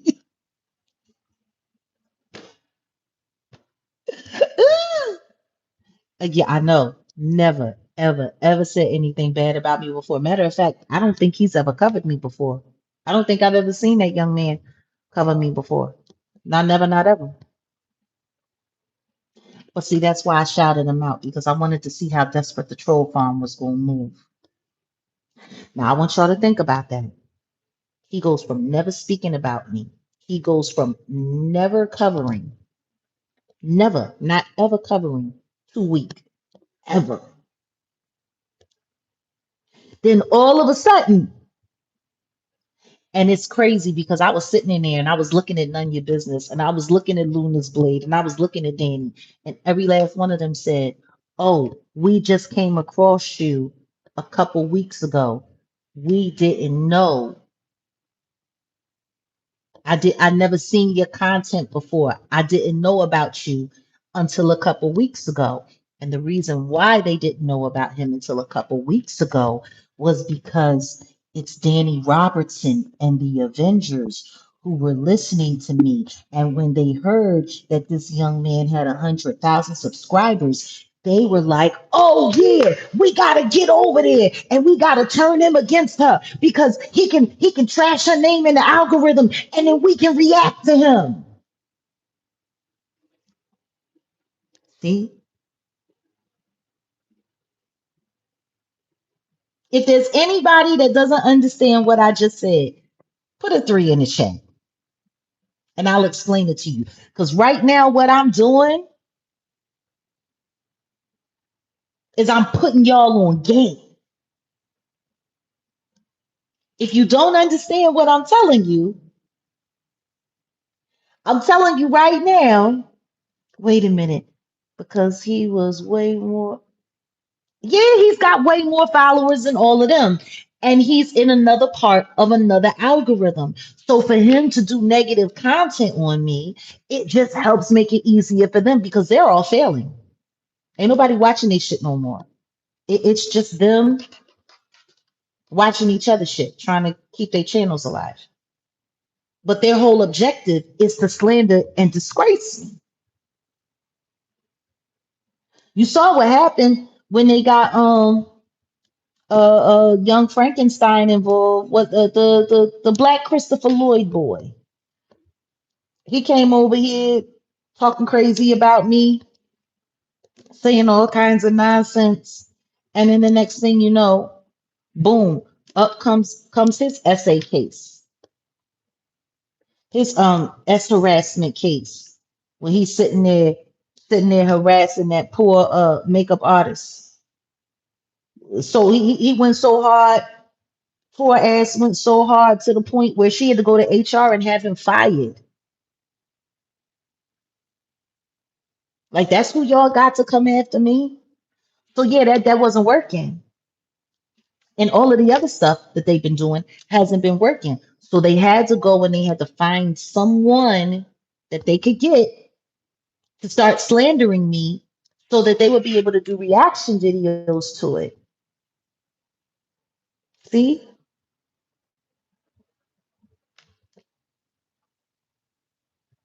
So when I mentioned his name, I put him on the block. See? Because they didn't know I was watching him. They had no idea. But the second that they heard he had 100,000 subscribers, oh man, they was over there. They was over there like that. So, you're welcome for, uh, I guess, the negative engagement. They went over there. They went over there quick, fast, in a hurry. And they're very skilled at how to, lure in content creators. They're very skilled at that. I give them that. Because they was over there in his chat, heavy, kissing ass and all kinds of stuff. Oh, I love your content. Oh, I love this. You want to know what's funny? They're all witches. They all in a witch's coven. Beehive than a hoe. Beehive than a hoe. Like one of the members of their little squad that they got was the I'm just. Yeah. If y'all go over to her channel, she's actually one of the only ones who's proud to call herself a witch. But yeah, like after I started, blasting her and her connection to the Danny Robinson and the Avengers and the Kingpins and all of them all connected, she started slowing down. But the Kiva person, they're all witches.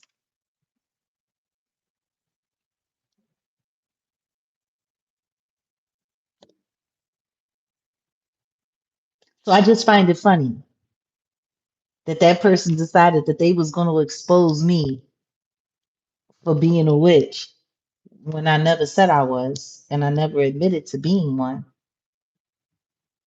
well, based upon a lie from an op who had me dogpiled in that very chat, and everybody saw what they was doing after they pretended to be cool with me because I didn't know that they existed either. Somebody had to introduce me to them. I didn't know about them. Yeah, they all big Beyonce fans.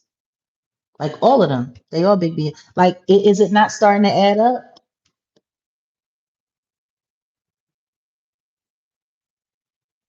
The way that they went after Demore Hadley, the way that they was showing that video,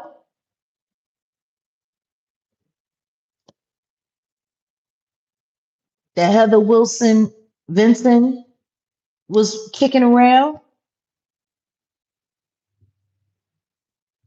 See,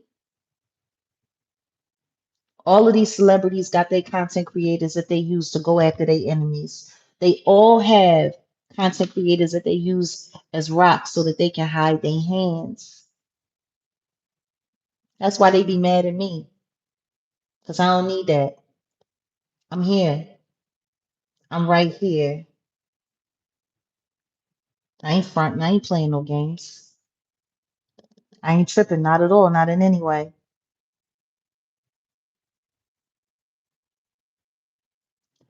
But I just wanted y'all to see how I line that whole thing up. Because now, thanks to that young man and his almost 40K video, I actually have proof and evidence that the troll farm is still stalking my content and actively going out to get people to slander me. Because that's all that video of his is slander. He has absolutely no proof, no evidence, no verifiable facts. The video that he used to try to expose me came from someone who's been proven to be a fraud and was there to try to set me up, who was working with the Toothpick Avengers against me the whole time. Remember, first it was them and then it was paperwork. Remember? See, that's the problem when you start going live on YouTube and you just jump your ass out there and you don't know what the fuck you're doing and you don't know who you're talking about. More importantly, you don't know who you're allowing to influence you and advise you.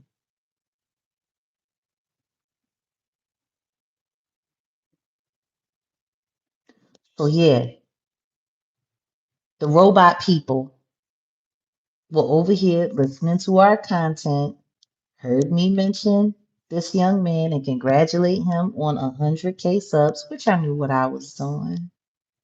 Thank you, Reese. Which I knew what I was doing. And then I went over there and I monitored how y'all cozied up to this guy. I'm just curious. Can you really call yourself as big a Christian as you say you are when you're sitting over there taking advice from witches to encourage you to slander someone else who's not?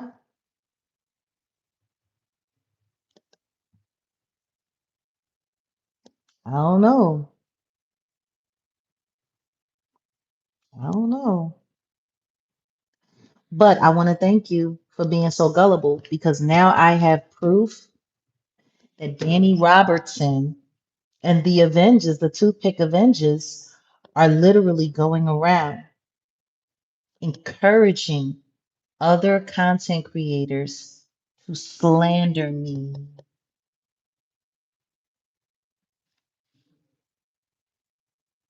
Like, I just thought that was funny. You gonna try to label me a witch. You gonna try to call me out to be a witch.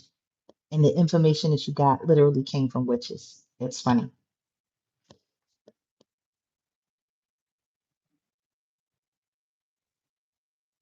Yeah, you heard about him beating on Mary? And I confirmed, yeah.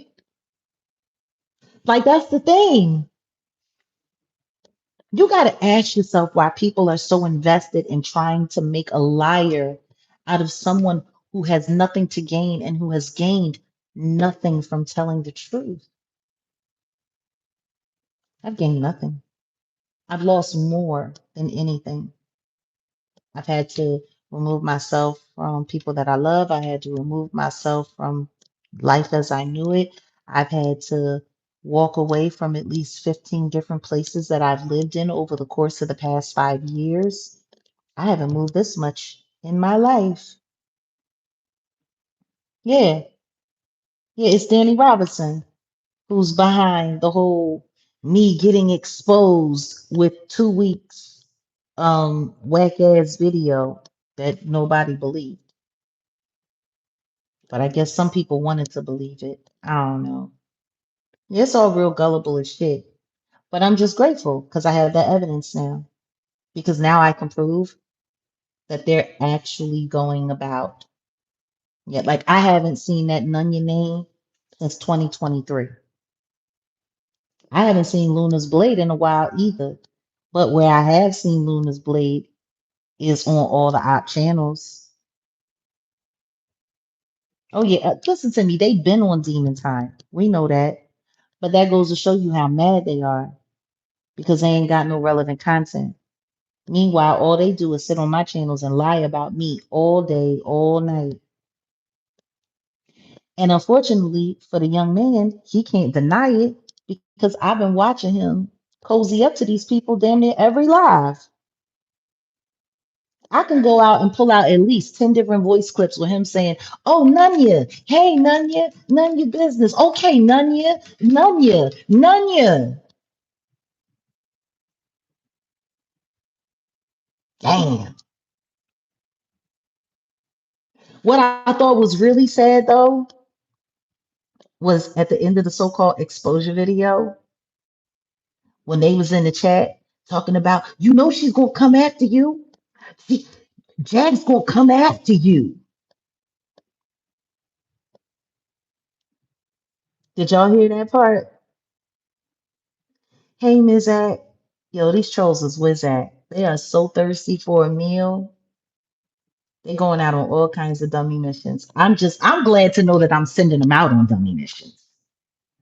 And I'm glad to know, yeah, you heard her say it. Yeah, yeah, Jag's gonna come after you. Come after him for what? What do I need to come after him for? See, they tell on themselves. They want me to come after that boy so he and I can go back and forth so they can have content.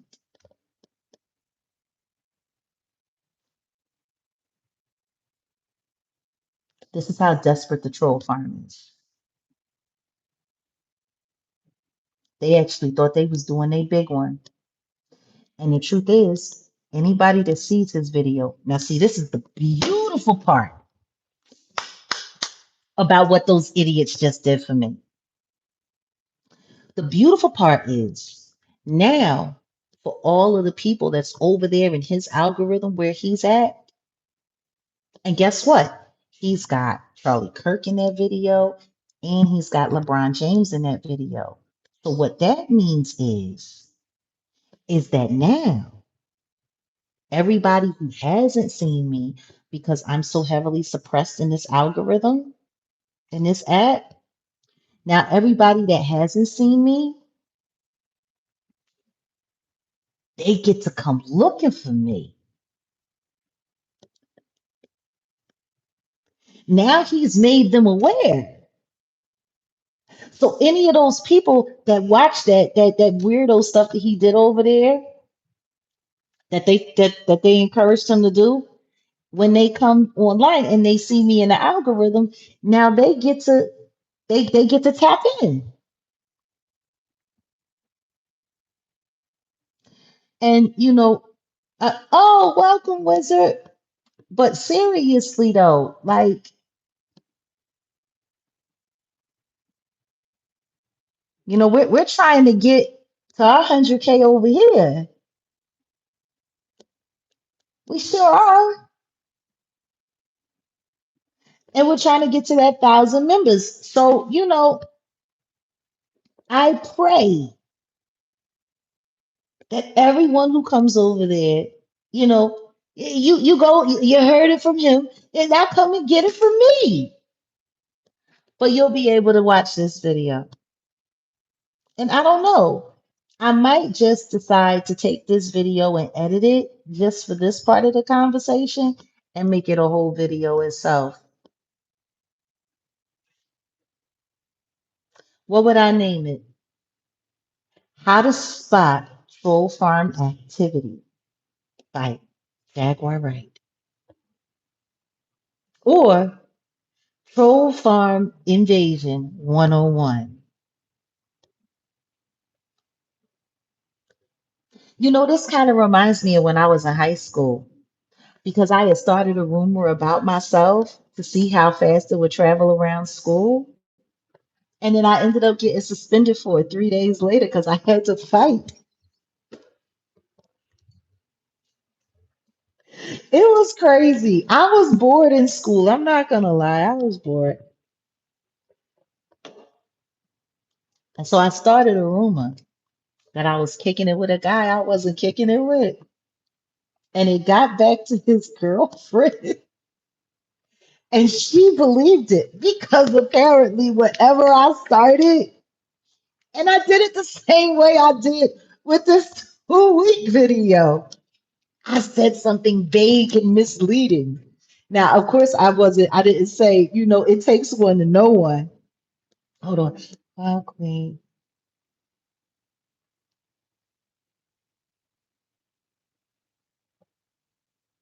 You were thinking about doing a video on the truck. Now you can. This is a perfect example. I'm telling you, Mizak, they so Wizak. Seriously. I didn't say takes one to know one. Oh, 444. We doing better on those likes. It would be great if before we left, we could get to 500 likes. I think we're short about 53. If we could get 53 likes before we clock out of this check-in, that would be great. Um, so yeah, anyway, like I was saying, like it's Jaguar right revokes section 8 sectors. Yeah, yeah. I mean, because that's pretty much what they that part is at. No, but that's pretty much what they are now. They're the Section 8 sector. And apparently they like, yeah, I ended up getting suspended because I had a hickey on my neck and I didn't want anybody to know where it came from. So I kind of insinuated that it was one of the basketball players on our basketball team in school. And it totally wasn't. But I kind of insinuated. They asked me who it was, and I was like, trust me, he puts up many boards. That's all I said. He puts up many boards. That's all I said. Well, of course, the basketball player that put the most boards up at our school, that's where the rumor went.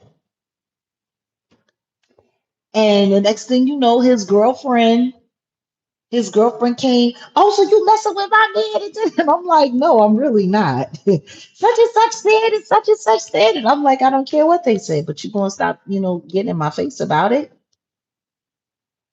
Because I'm telling you, it ain't nothing. Bitch, I know you lying and da da da and such and such and such. And when I asked him, all he did was laugh and smile. Oh, really? He did? I started laughing. Because in that moment, that's when it became official for me that he thought I was cute. I didn't think he was paying any attention to me because I thought he was all into her. I didn't know. We ended up dating after that though, me and him. We went out on a couple of dates after that, yeah. Because she broke up with him. And it's funny, all I did was say, whoever put this on my neck puts up many boards. That's all I said. And then I ended up having a date for a while. I mean, they ended up getting back together because nobody else wanted him either. He wasn't he wasn't yeah, he really was a dumb jock. He wasn't smart enough at all to be messing with a girl like me. He was very nice to look at. And he was very athletic, but outside of that, there was nothing much there. And we dated a couple of times, and then that was that. And then he dated 3 other girls, and then he finally made his way back to her. They got back together over the summer. so nobody would see them at school, so neither one of them had to be embarrassed for being lame.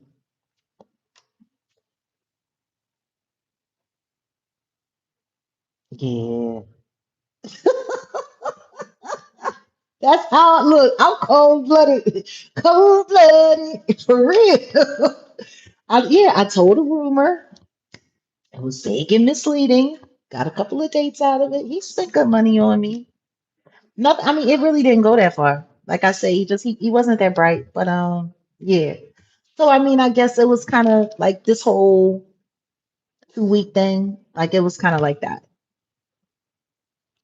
So if anybody wanted to know why this kid comes out of nowhere doing this exposure story on me, that's why. I put his name out there because I knew the troll farm was starving. I wanted to see what they was going to do, and they do exactly what I thought they was going to do. They went over there, they capped him up,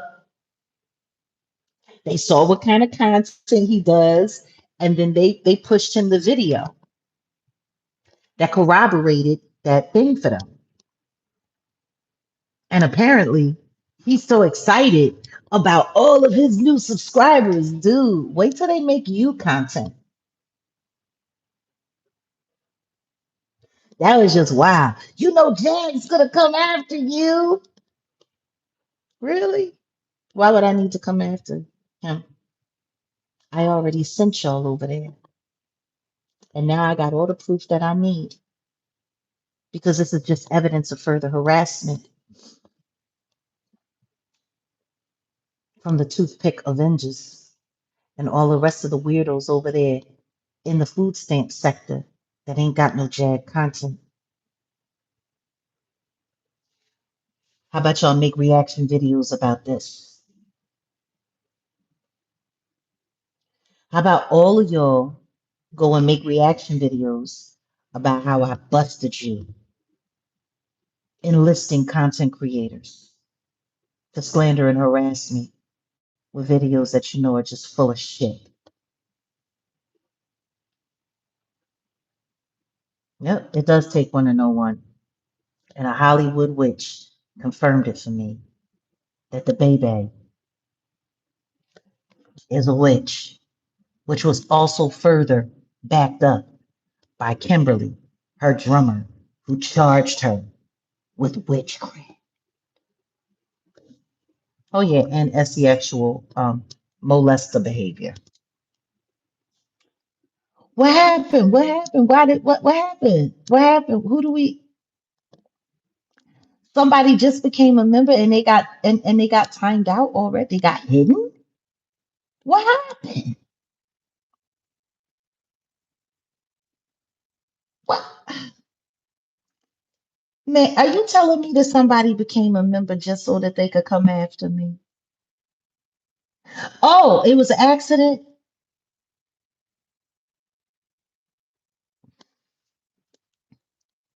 Look at that. Look at what y'all did. Now what if I decided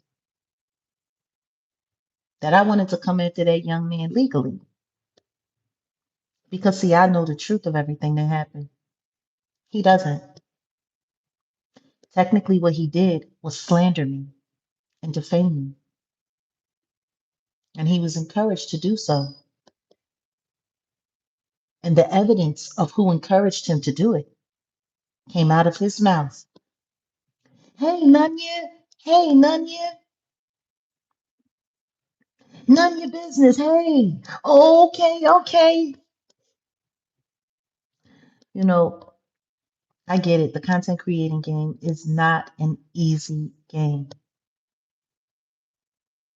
Trying to find new content and stories that'll work and get those views to make that money. I get it. I know Tina Knowles needs to lay off of the alleged plastic surgery. She's looking weird and like her and Kris Jenner. I don't know why people keep lying to them, telling them how good they look. They all look like wax figure museum, like quality. Like, weird. But yeah, you know, it's so funny. People are always so busy. Hold on, wait.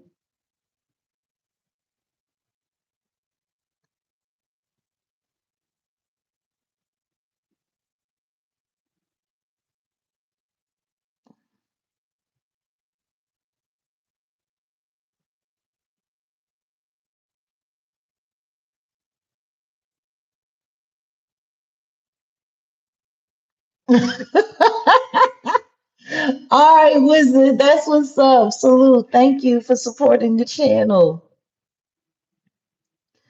Oh my goodness. Oh my goodness. But no, seriously, like that's how easy it is. So yeah, like all of y'all can do reaction videos about that. You can all do reaction videos about how y'all tricked that young man into defaming me and slandering me. And he just started going live. See, I wouldn't go after him. And salute to Wizard. That's what's up. No, but I wouldn't go after him because I know he don't know no better. He's new to this live game. He doesn't understand how y'all people work. But as for the troll farm, yeah, y'all got popped. Isn't that what y'all like to say? You're popped because y'all actually went and solicited another content creator to run slanderous content about me that's not true. And I have the evidence of who you are all in the chat. Because see, I know exactly where he came from. And for those of us that have been around, we know exactly who none your business is and who none you is because y'all got multiple of the same name. We know who Danny is. We know who Luna's Blade is. Second I said that boy name, y'all was over there in that chat. Pathetic. Do y'all have lives? You must not. Jack's gonna go after you. Jack's gonna go after you. Easy. How do you do a reaction video? You go live on your channel and then you talk about somebody else's video. That's what they do. They wait to see what's going to happen with me and then they go on their channel and they pull up voice clips because they really know better than to run my content. They've been getting a little comfortable lately running my content over here. I guess because they think that we don't got time to strike people anymore. You're wrong. Because using somebody else's content to slander and harass and defame them, that's not what's up. Not only that, you're taking my monetized content and you're making money off of it. And a lot of times they ain't even following the fair use guidelines because fair use guidelines just supposed to stop every couple minutes. They be letting my shit run for like 5, 10, 15 minutes without having anything to say at all. No commentary at all. Yeah, that's what they do. They watch my video and then they go live and then they sit there and they give their little opinion on or tell their little story on what they want people to believe. And they'll sit up there, see, cause see, all right, and I'll be like, yeah, and such and such happened. They'll be like, okay, so see, what happened was, see, Jag is going to try to convince everybody that I was over there in his podcast, and it's not me. I'm not Nunya. It's not me. And then Jag is going to see what she's gonna say, and then they'll play it and then I'll say what I'm saying. And then I can see no, because see, Jag is lying, and Jag doesn't, and she can't prove any but like I guarantee you, that goofy asshole, that's gonna be yeah, constantly spinning a narrative, constantly rewriting a narrative, constantly yeah.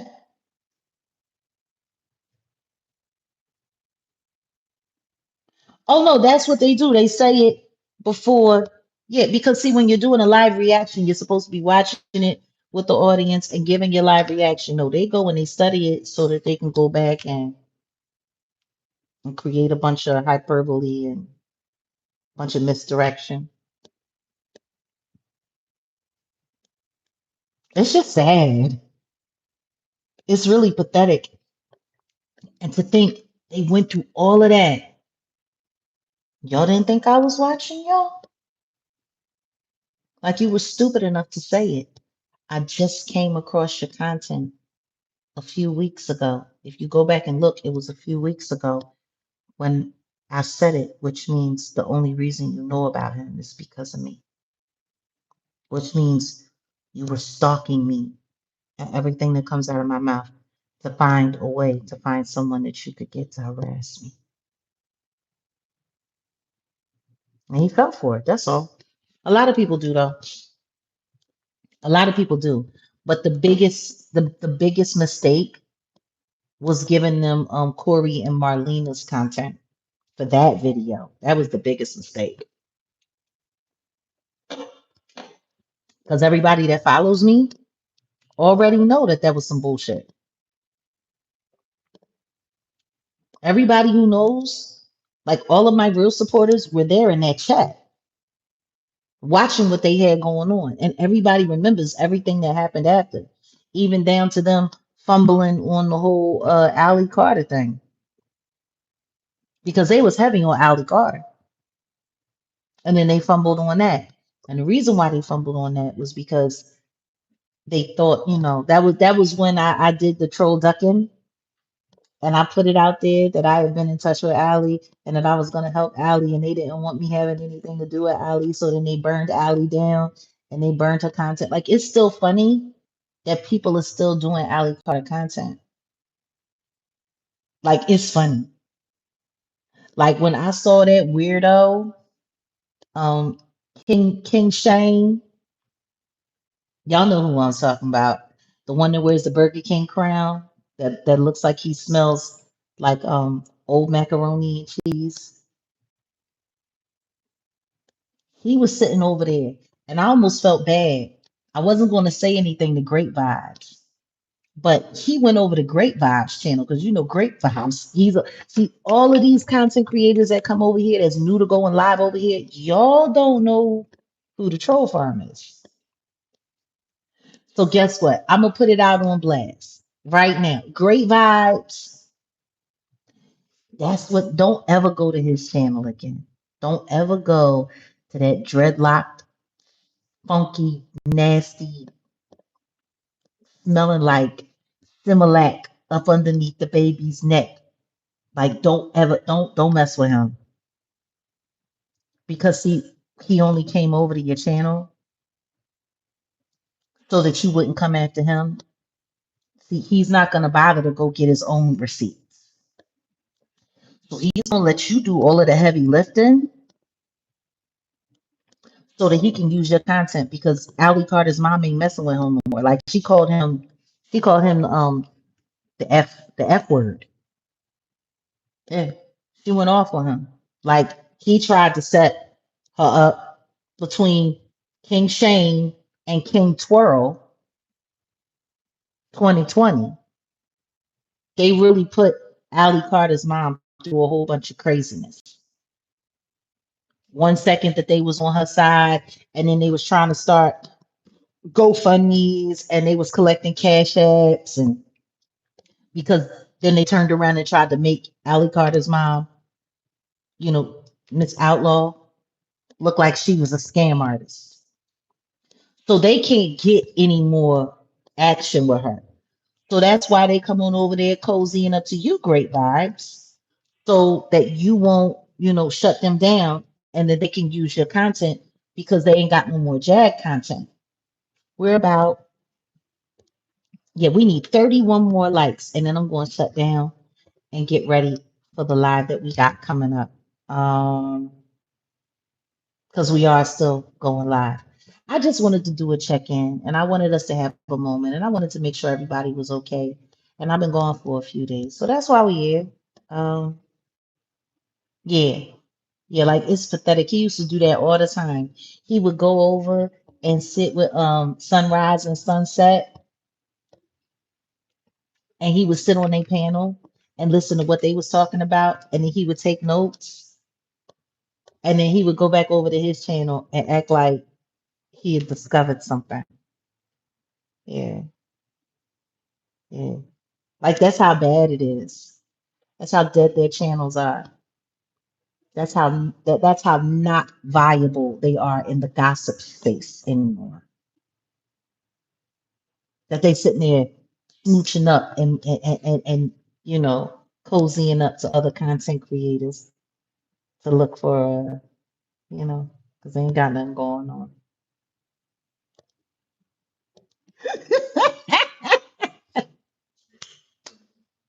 You wanna know what's funny? I told them 2 years ago they better stop chasing me and they better stop stalking me because one day I was gonna lead them over a cliff and they was gonna be stuck with nothing. And that's what they got. Practically nothing. So yeah, man, I bet good money. I put money on it. Yeah, because Jake and Jake said, and that's not me, and we didn't do it. We didn't start the fire. I'm looking at it. No, no, no. She's LaRonda's child. She's not Tupac's daughter. She lied about everything. Allegedly, she's supposed to be like tuned out on pharmaceuticals and I think she's involved in a little, you know, traffic to the kinging herself with that white woman she with who's supposed to be or allegedly her lover and not her mother. Like they've been running that hustle and that scam. I just want to know who put them up to it because they got a lot of good information from somewhere. You know, it's you know, not Tupac's daughter. She's Lawanda Outlaw's daughter. And apparently now they're Shelly and Tori, because Allie's real name is Tori Outlaw. I think Great Vibes figured it out that the adoption isn't even real. Um like it's real sad. Like it's real sad what they got going on. And now I think they're grifting money by selling the story that uh Tori, aka Allie, was essayed under the age of 5, like by her whole family. And so they're running around saying that her deceased grandparents, her deceased great grandparents, uncles, friends of the family, like they're running around saying that, you know, Miss Outlaw's whole family um essayed her when she was a baby. Yeah, that's what they're doing now. And apparently Miss Outlaw is going after Shelly and Tori for defaming her friends and family. Like they're really lying, telling the story that her mom was essaying her in the bathtub and that, you know, she was essayed when she was 3 months old and saying stuff about her dad. Like now that the Diddy train has come to an end for them pretty much and nobody's really paying attention to their lives on that anymore. Lawanda Outlaw, I do believe, is telling the truth. I do. I believe her. I believe her. Um, you know, it's sad because CPS came into her life. That's how Shelley Carter came into her life. And she hasn't been able to get this woman out of her life or her family ever since. She literally had two of her children under her spell, and one of them she coerced to come off into this life of grifting and fraud. And that's the thing that I have a problem with, because all of these content creators, they're only interested in making these people content. Why is nobody going? Why is nobody, it, they want to try to come after me because they're mad that I'm telling the truth on their favorites, the celebrities they work for, that they grift for, because I'm telling the truth about them, but they won't do anything about the people that they see online, literally being G-roomed and nose being passed around. Like it's yeah. I tell you one thing. I'm gonna look a little bit more into this situation with this girl Nova, because if she's being G-roomed allegedly by Adam 22, I don't care if he is a government snitch. The government needs to shut him down, because the way that they're talking, the things that they're saying, it's really starting to sound like Adam 22 from No Jumper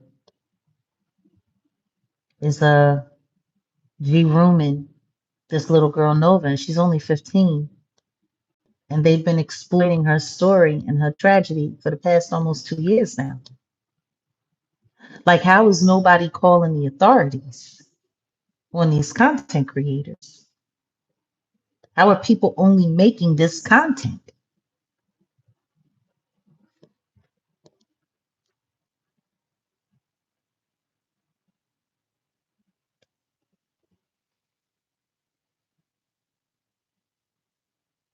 Oh, honey, it's just disgusting. It's all disgusting. Everybody wants me to be afraid. Everybody wants me. And see, that's really what they want. They want people to be afraid of telling the truth. And that's the sad part of it when it comes to Charlie Kirk.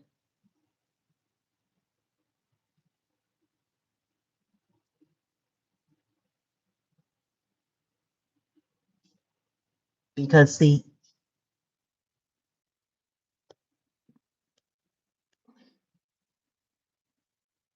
yeah, he had a lot of interesting views.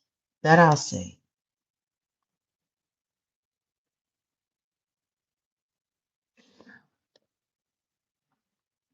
But I know there's some people out there that hate me for saying the things that I've said.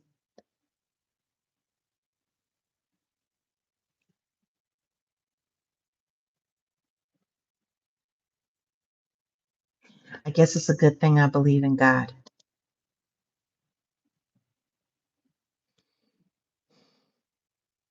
They've been trying to put a bunch of dummy cases on me. They've been trying to put a bunch of dummy lawsuits on me. They've been trying to do a bunch of stuff. But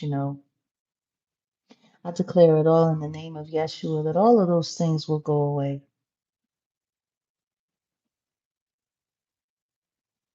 Asheo. I know who I am. I know what I've done and I know what I haven't done. But the simple fact that YouTubers are that duplicitous that they're literally here working together in teams, cooking up stories. Like, I couldn't believe it when I found out that rabbit down the rabbit hole, Ling Ling. Y'all remember Ling Ling? She was the one that reached out to the Hadleys, talking cash money bullshit about me. She did it so Danny Robertson didn't have to, and then Danny Robertson, when Rabbit couldn't get to them, Danny Robertson literally found one of their phone numbers, one of the Hadley's phone numbers, and called them directly, text them directly.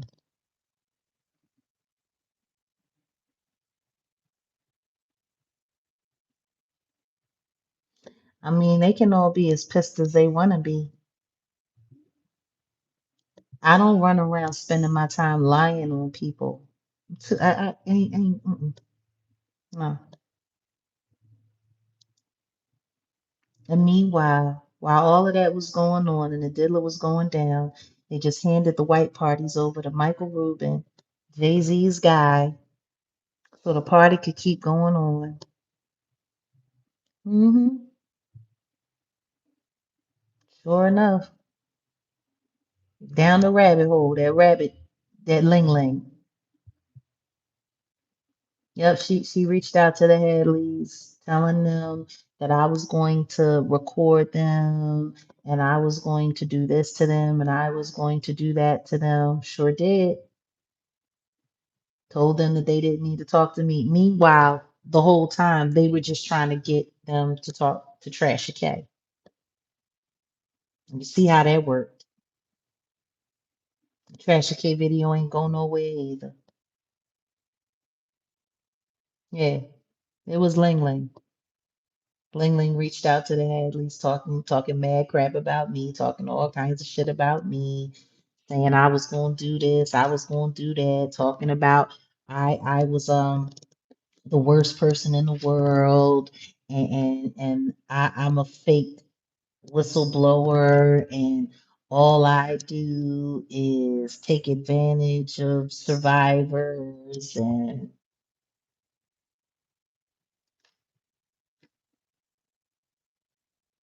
yeah, no, she told them that I was going to record them on the phone and I was going to use it for content, like to expose them or whatever. Like, yeah. And then when her bid didn't work to keep them away from me, that's when Danny Robinson literally got one of their phone numbers, which God knows how she got it. God knows how she got it. And I'm not even going to tell y'all which one of the Hadleys she reached out to, but she did. Talking all kinds of crazy about me. Like, these people are nuts.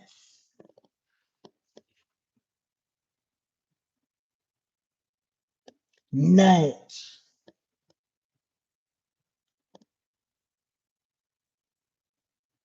We had already done the interview, though. It was already too late. We had already done it. But that's how desperate they were to stop Demore from talking to me. Hmm. And then turned around and started trashing Javon. And they all started saying that he was DV and that Demore was poop out of her mind. Like, can you imagine? You call somebody kissing their ass and doing all kinds of stuff. Oh, and Ling Ling and Robot, just in case you want to try to deny it, I got the receipts. I've had them all this time. 222. I could have been put them out, showed people exactly what kinds of piece of crap you are, but I never did. See, I'm ethical. That would have made very interesting content. But considering all of the stuff that you've done, what it really is now is evidence, isn't it?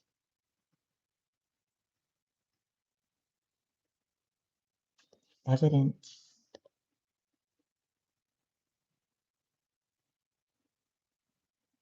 Y'all literally called those people slandering me, trying to convince them away from me because y'all knew I was going to make sure that the whole story got out there. Meanwhile, you were trying to find a way to see if you could coax her over to Tasha K. And when she finally did, you see how that turned out? They tried to flip on the Hadleys and get them hit with a contempt order. It's so sad.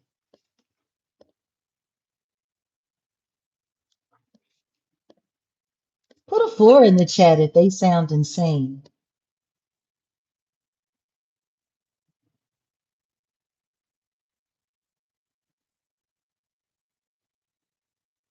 Just put a 4 in the chat if they all sound insane. How about y'all do a reaction video about that? Hmm? 3 more likes, and then we can get ready to wrap up.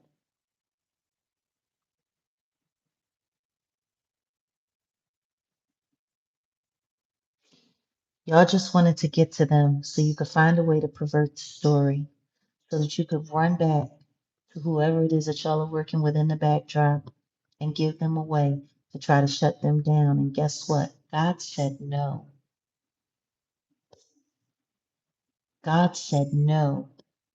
And now it's looking like there's some people on the other side that are going to have to deal with sanctions soon. Yeshua's name, I pray it to be true. I can't wait for those court documents to become available. You know, that's the only thing that really sucks about the gag order. You know, we have to wait, you know, like everyone else in media does for everything to come out. Sometimes I look at the interview with Demore and just mm,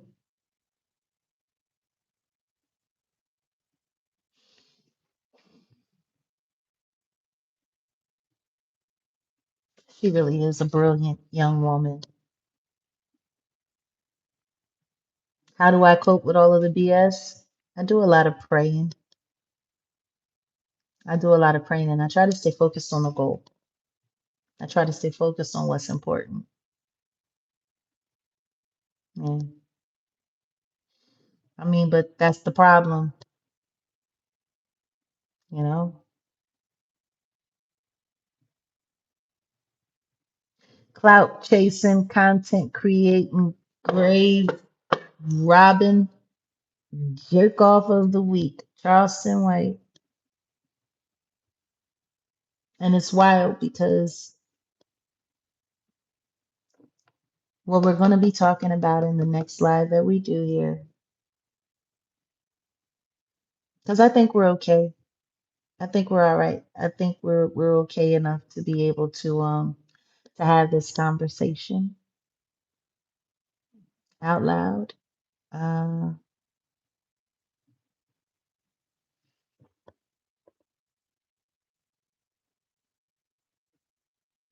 hmm. So Charlie Kirk hasn't been deceased not 1 week, not 1 week. It's only been 5 days, and apparently in this past 5 days, there's a petition being passed around to put in um, new legislation called the Charlie Kirk Act. And basically, what this act would do is it would end free speech. So for someone like me, um, who is speaking as an American citizen with, you know, my right to free speech,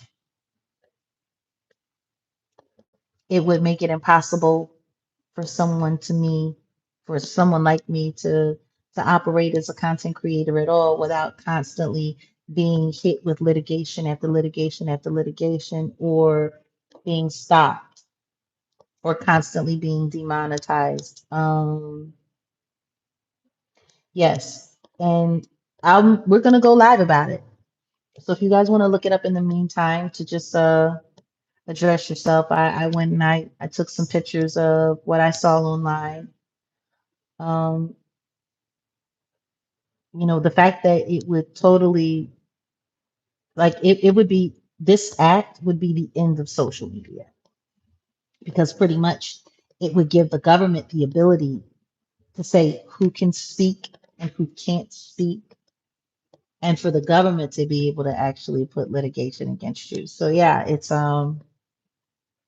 yeah, I mean essentially uh last night I sat in a Twitter space with someone that we know, and like I said, most of the people that were there in that space, not my color, most of them were white, and a good share of them voted for Donald Trump.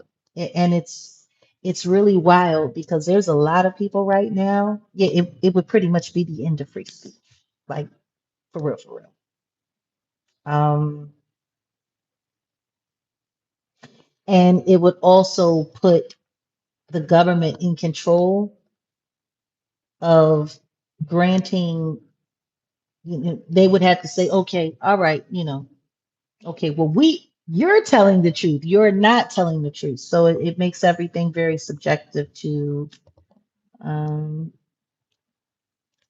oh my God. Yeah. Like it would really, like pretty much if you were going to be on social media, you would have to pretty much just be a mouthpiece for the government. It's kind of looking like a little bit. No, like there's a lot of Trump supporters who voted for him who are pissed off about this. I mean, last night I listened to them. Oh boy, Candace Owens. They're lying about Charlie Kirk. I mean, and like no disrespect, but and we've been lied to in this country about a lot of things.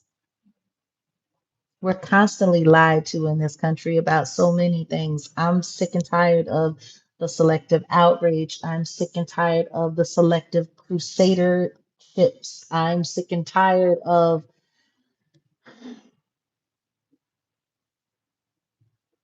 I mean, it's just funny when people who lie for a living want to call somebody else out to be a liar. It's just, it's funny because that's really not what matters.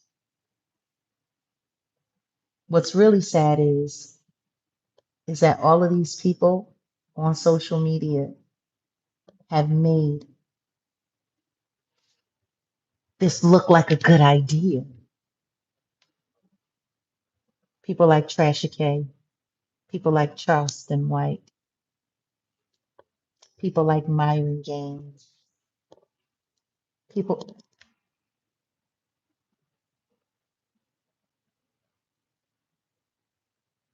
like I was never really much into the Officer Tatum guy until I saw like, yo, dude literally just went on a paid trip to Israel to be a mouthpiece for Israel. Like these content creators are literally taking money to push propaganda.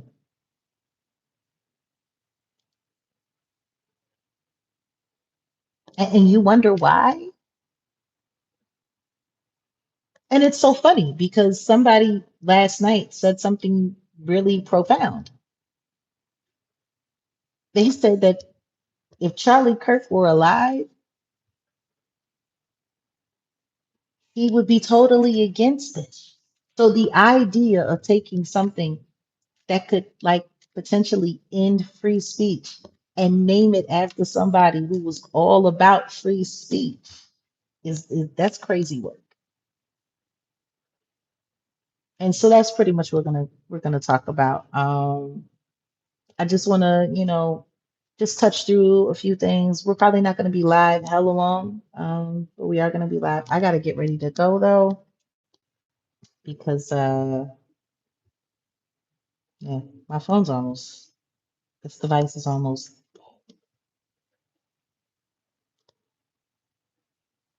but I want y'all to think about this.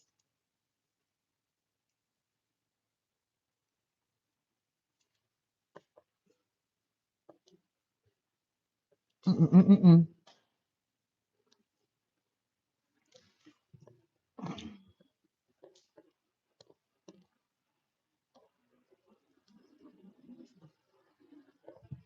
Bunch of people sitting around at a table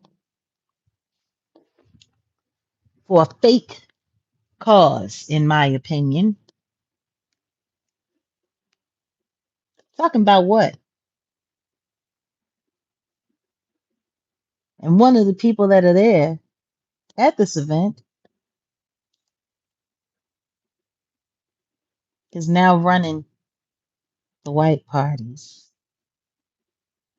that Diddy used to run.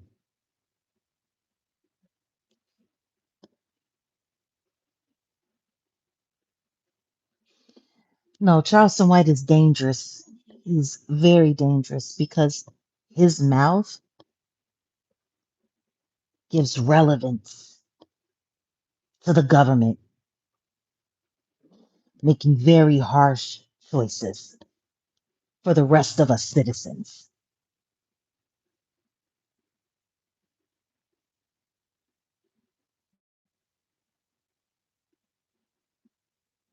See,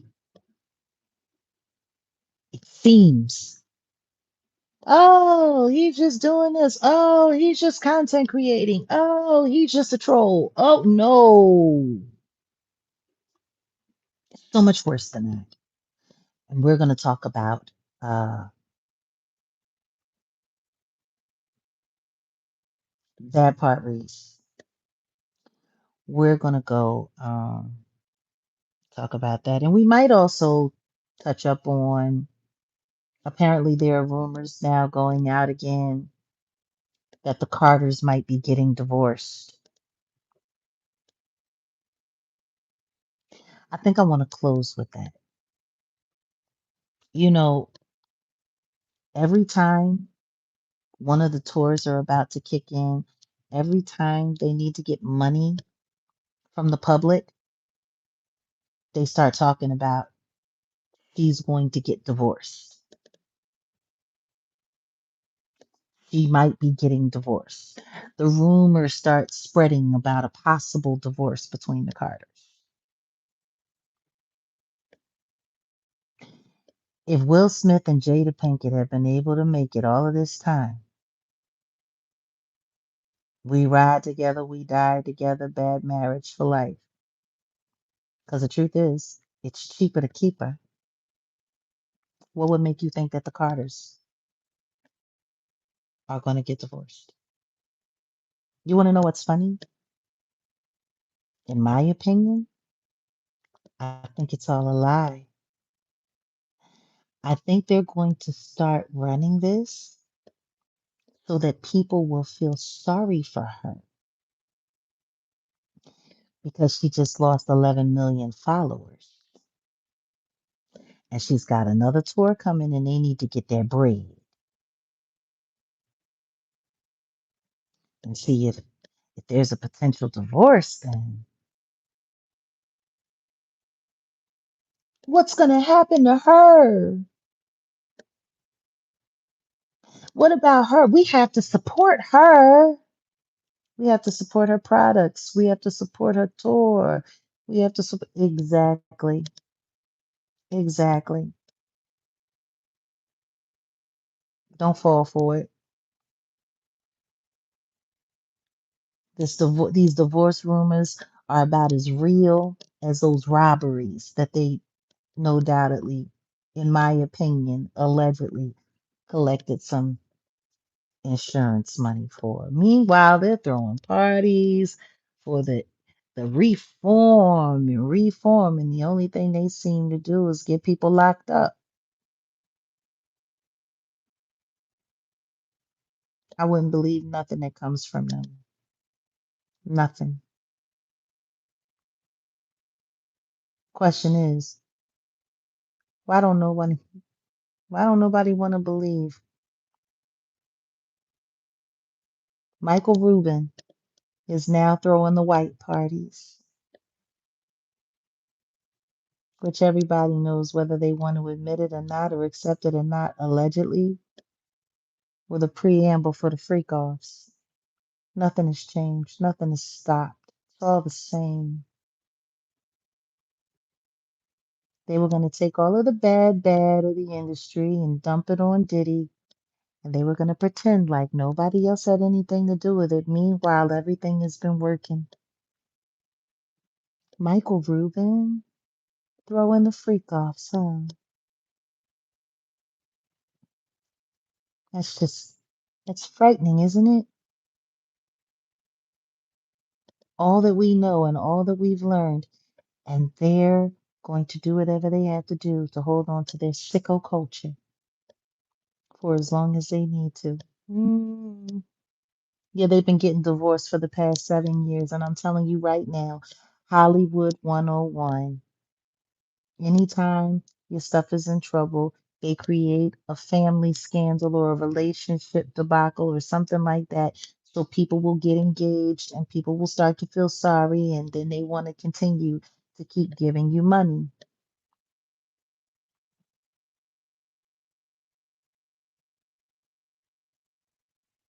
That part, Reese.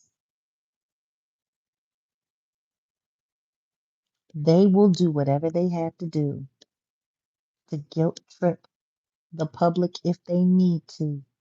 So you will continue to keep giving them money so that they could keep screwing up the future and destroying our culture. See, that's the thing. They're not prolonging anything. These people ain't getting divorced. They're not getting divorced. Trust me, it's cheaper to keep her. And even with the prenup that they have, it would be a bad look for him. His business ventures ain't doing well. He needs open access to all of her cash. They're not getting divorced. Don't believe none of this. None of this. None of this. It's so yeah, we'll be going live in a little bit and we're gonna talk about, just real quick, we're gonna talk about the Charlie Kirk tragedy, grift, and the act, because that's the name of this bill that they're petitioning to get written into legislation. And it's wild because like I heard somebody say last night, the last thing that Charlie Kirk would want is for free speech in America to be impeded in any way. And I don't have to be a Charlie Clark, a Kirk supporter or fan or anything like that. That's just crazy work. The one thing that he was all about, free speech. And guess what? I'm all about free speech too. I just wish people would stop clout chasing this man. I wish they would. And I find it kind of disgusting that they're doing it for money, for money. Because like this is literally what we're watching is literally the literally it is the personification of clout of grave robbing. Like we're gonna talk about that because I want to know what you guys feel about it. How do we really feel about everyone on social media making a meal out of that dead man?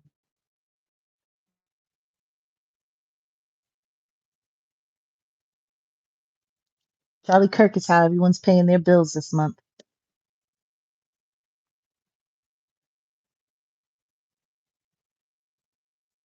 And this isn't about promoting him. This isn't about putting him down either. We need to talk about how screwed off we are in this country. Seriously. Because their feasting on this man's name is now making it possible that the government might be taking away all of our right to free speech. So All right, I'll see you guys in a few. I'm going to post it up and please don't forget to like.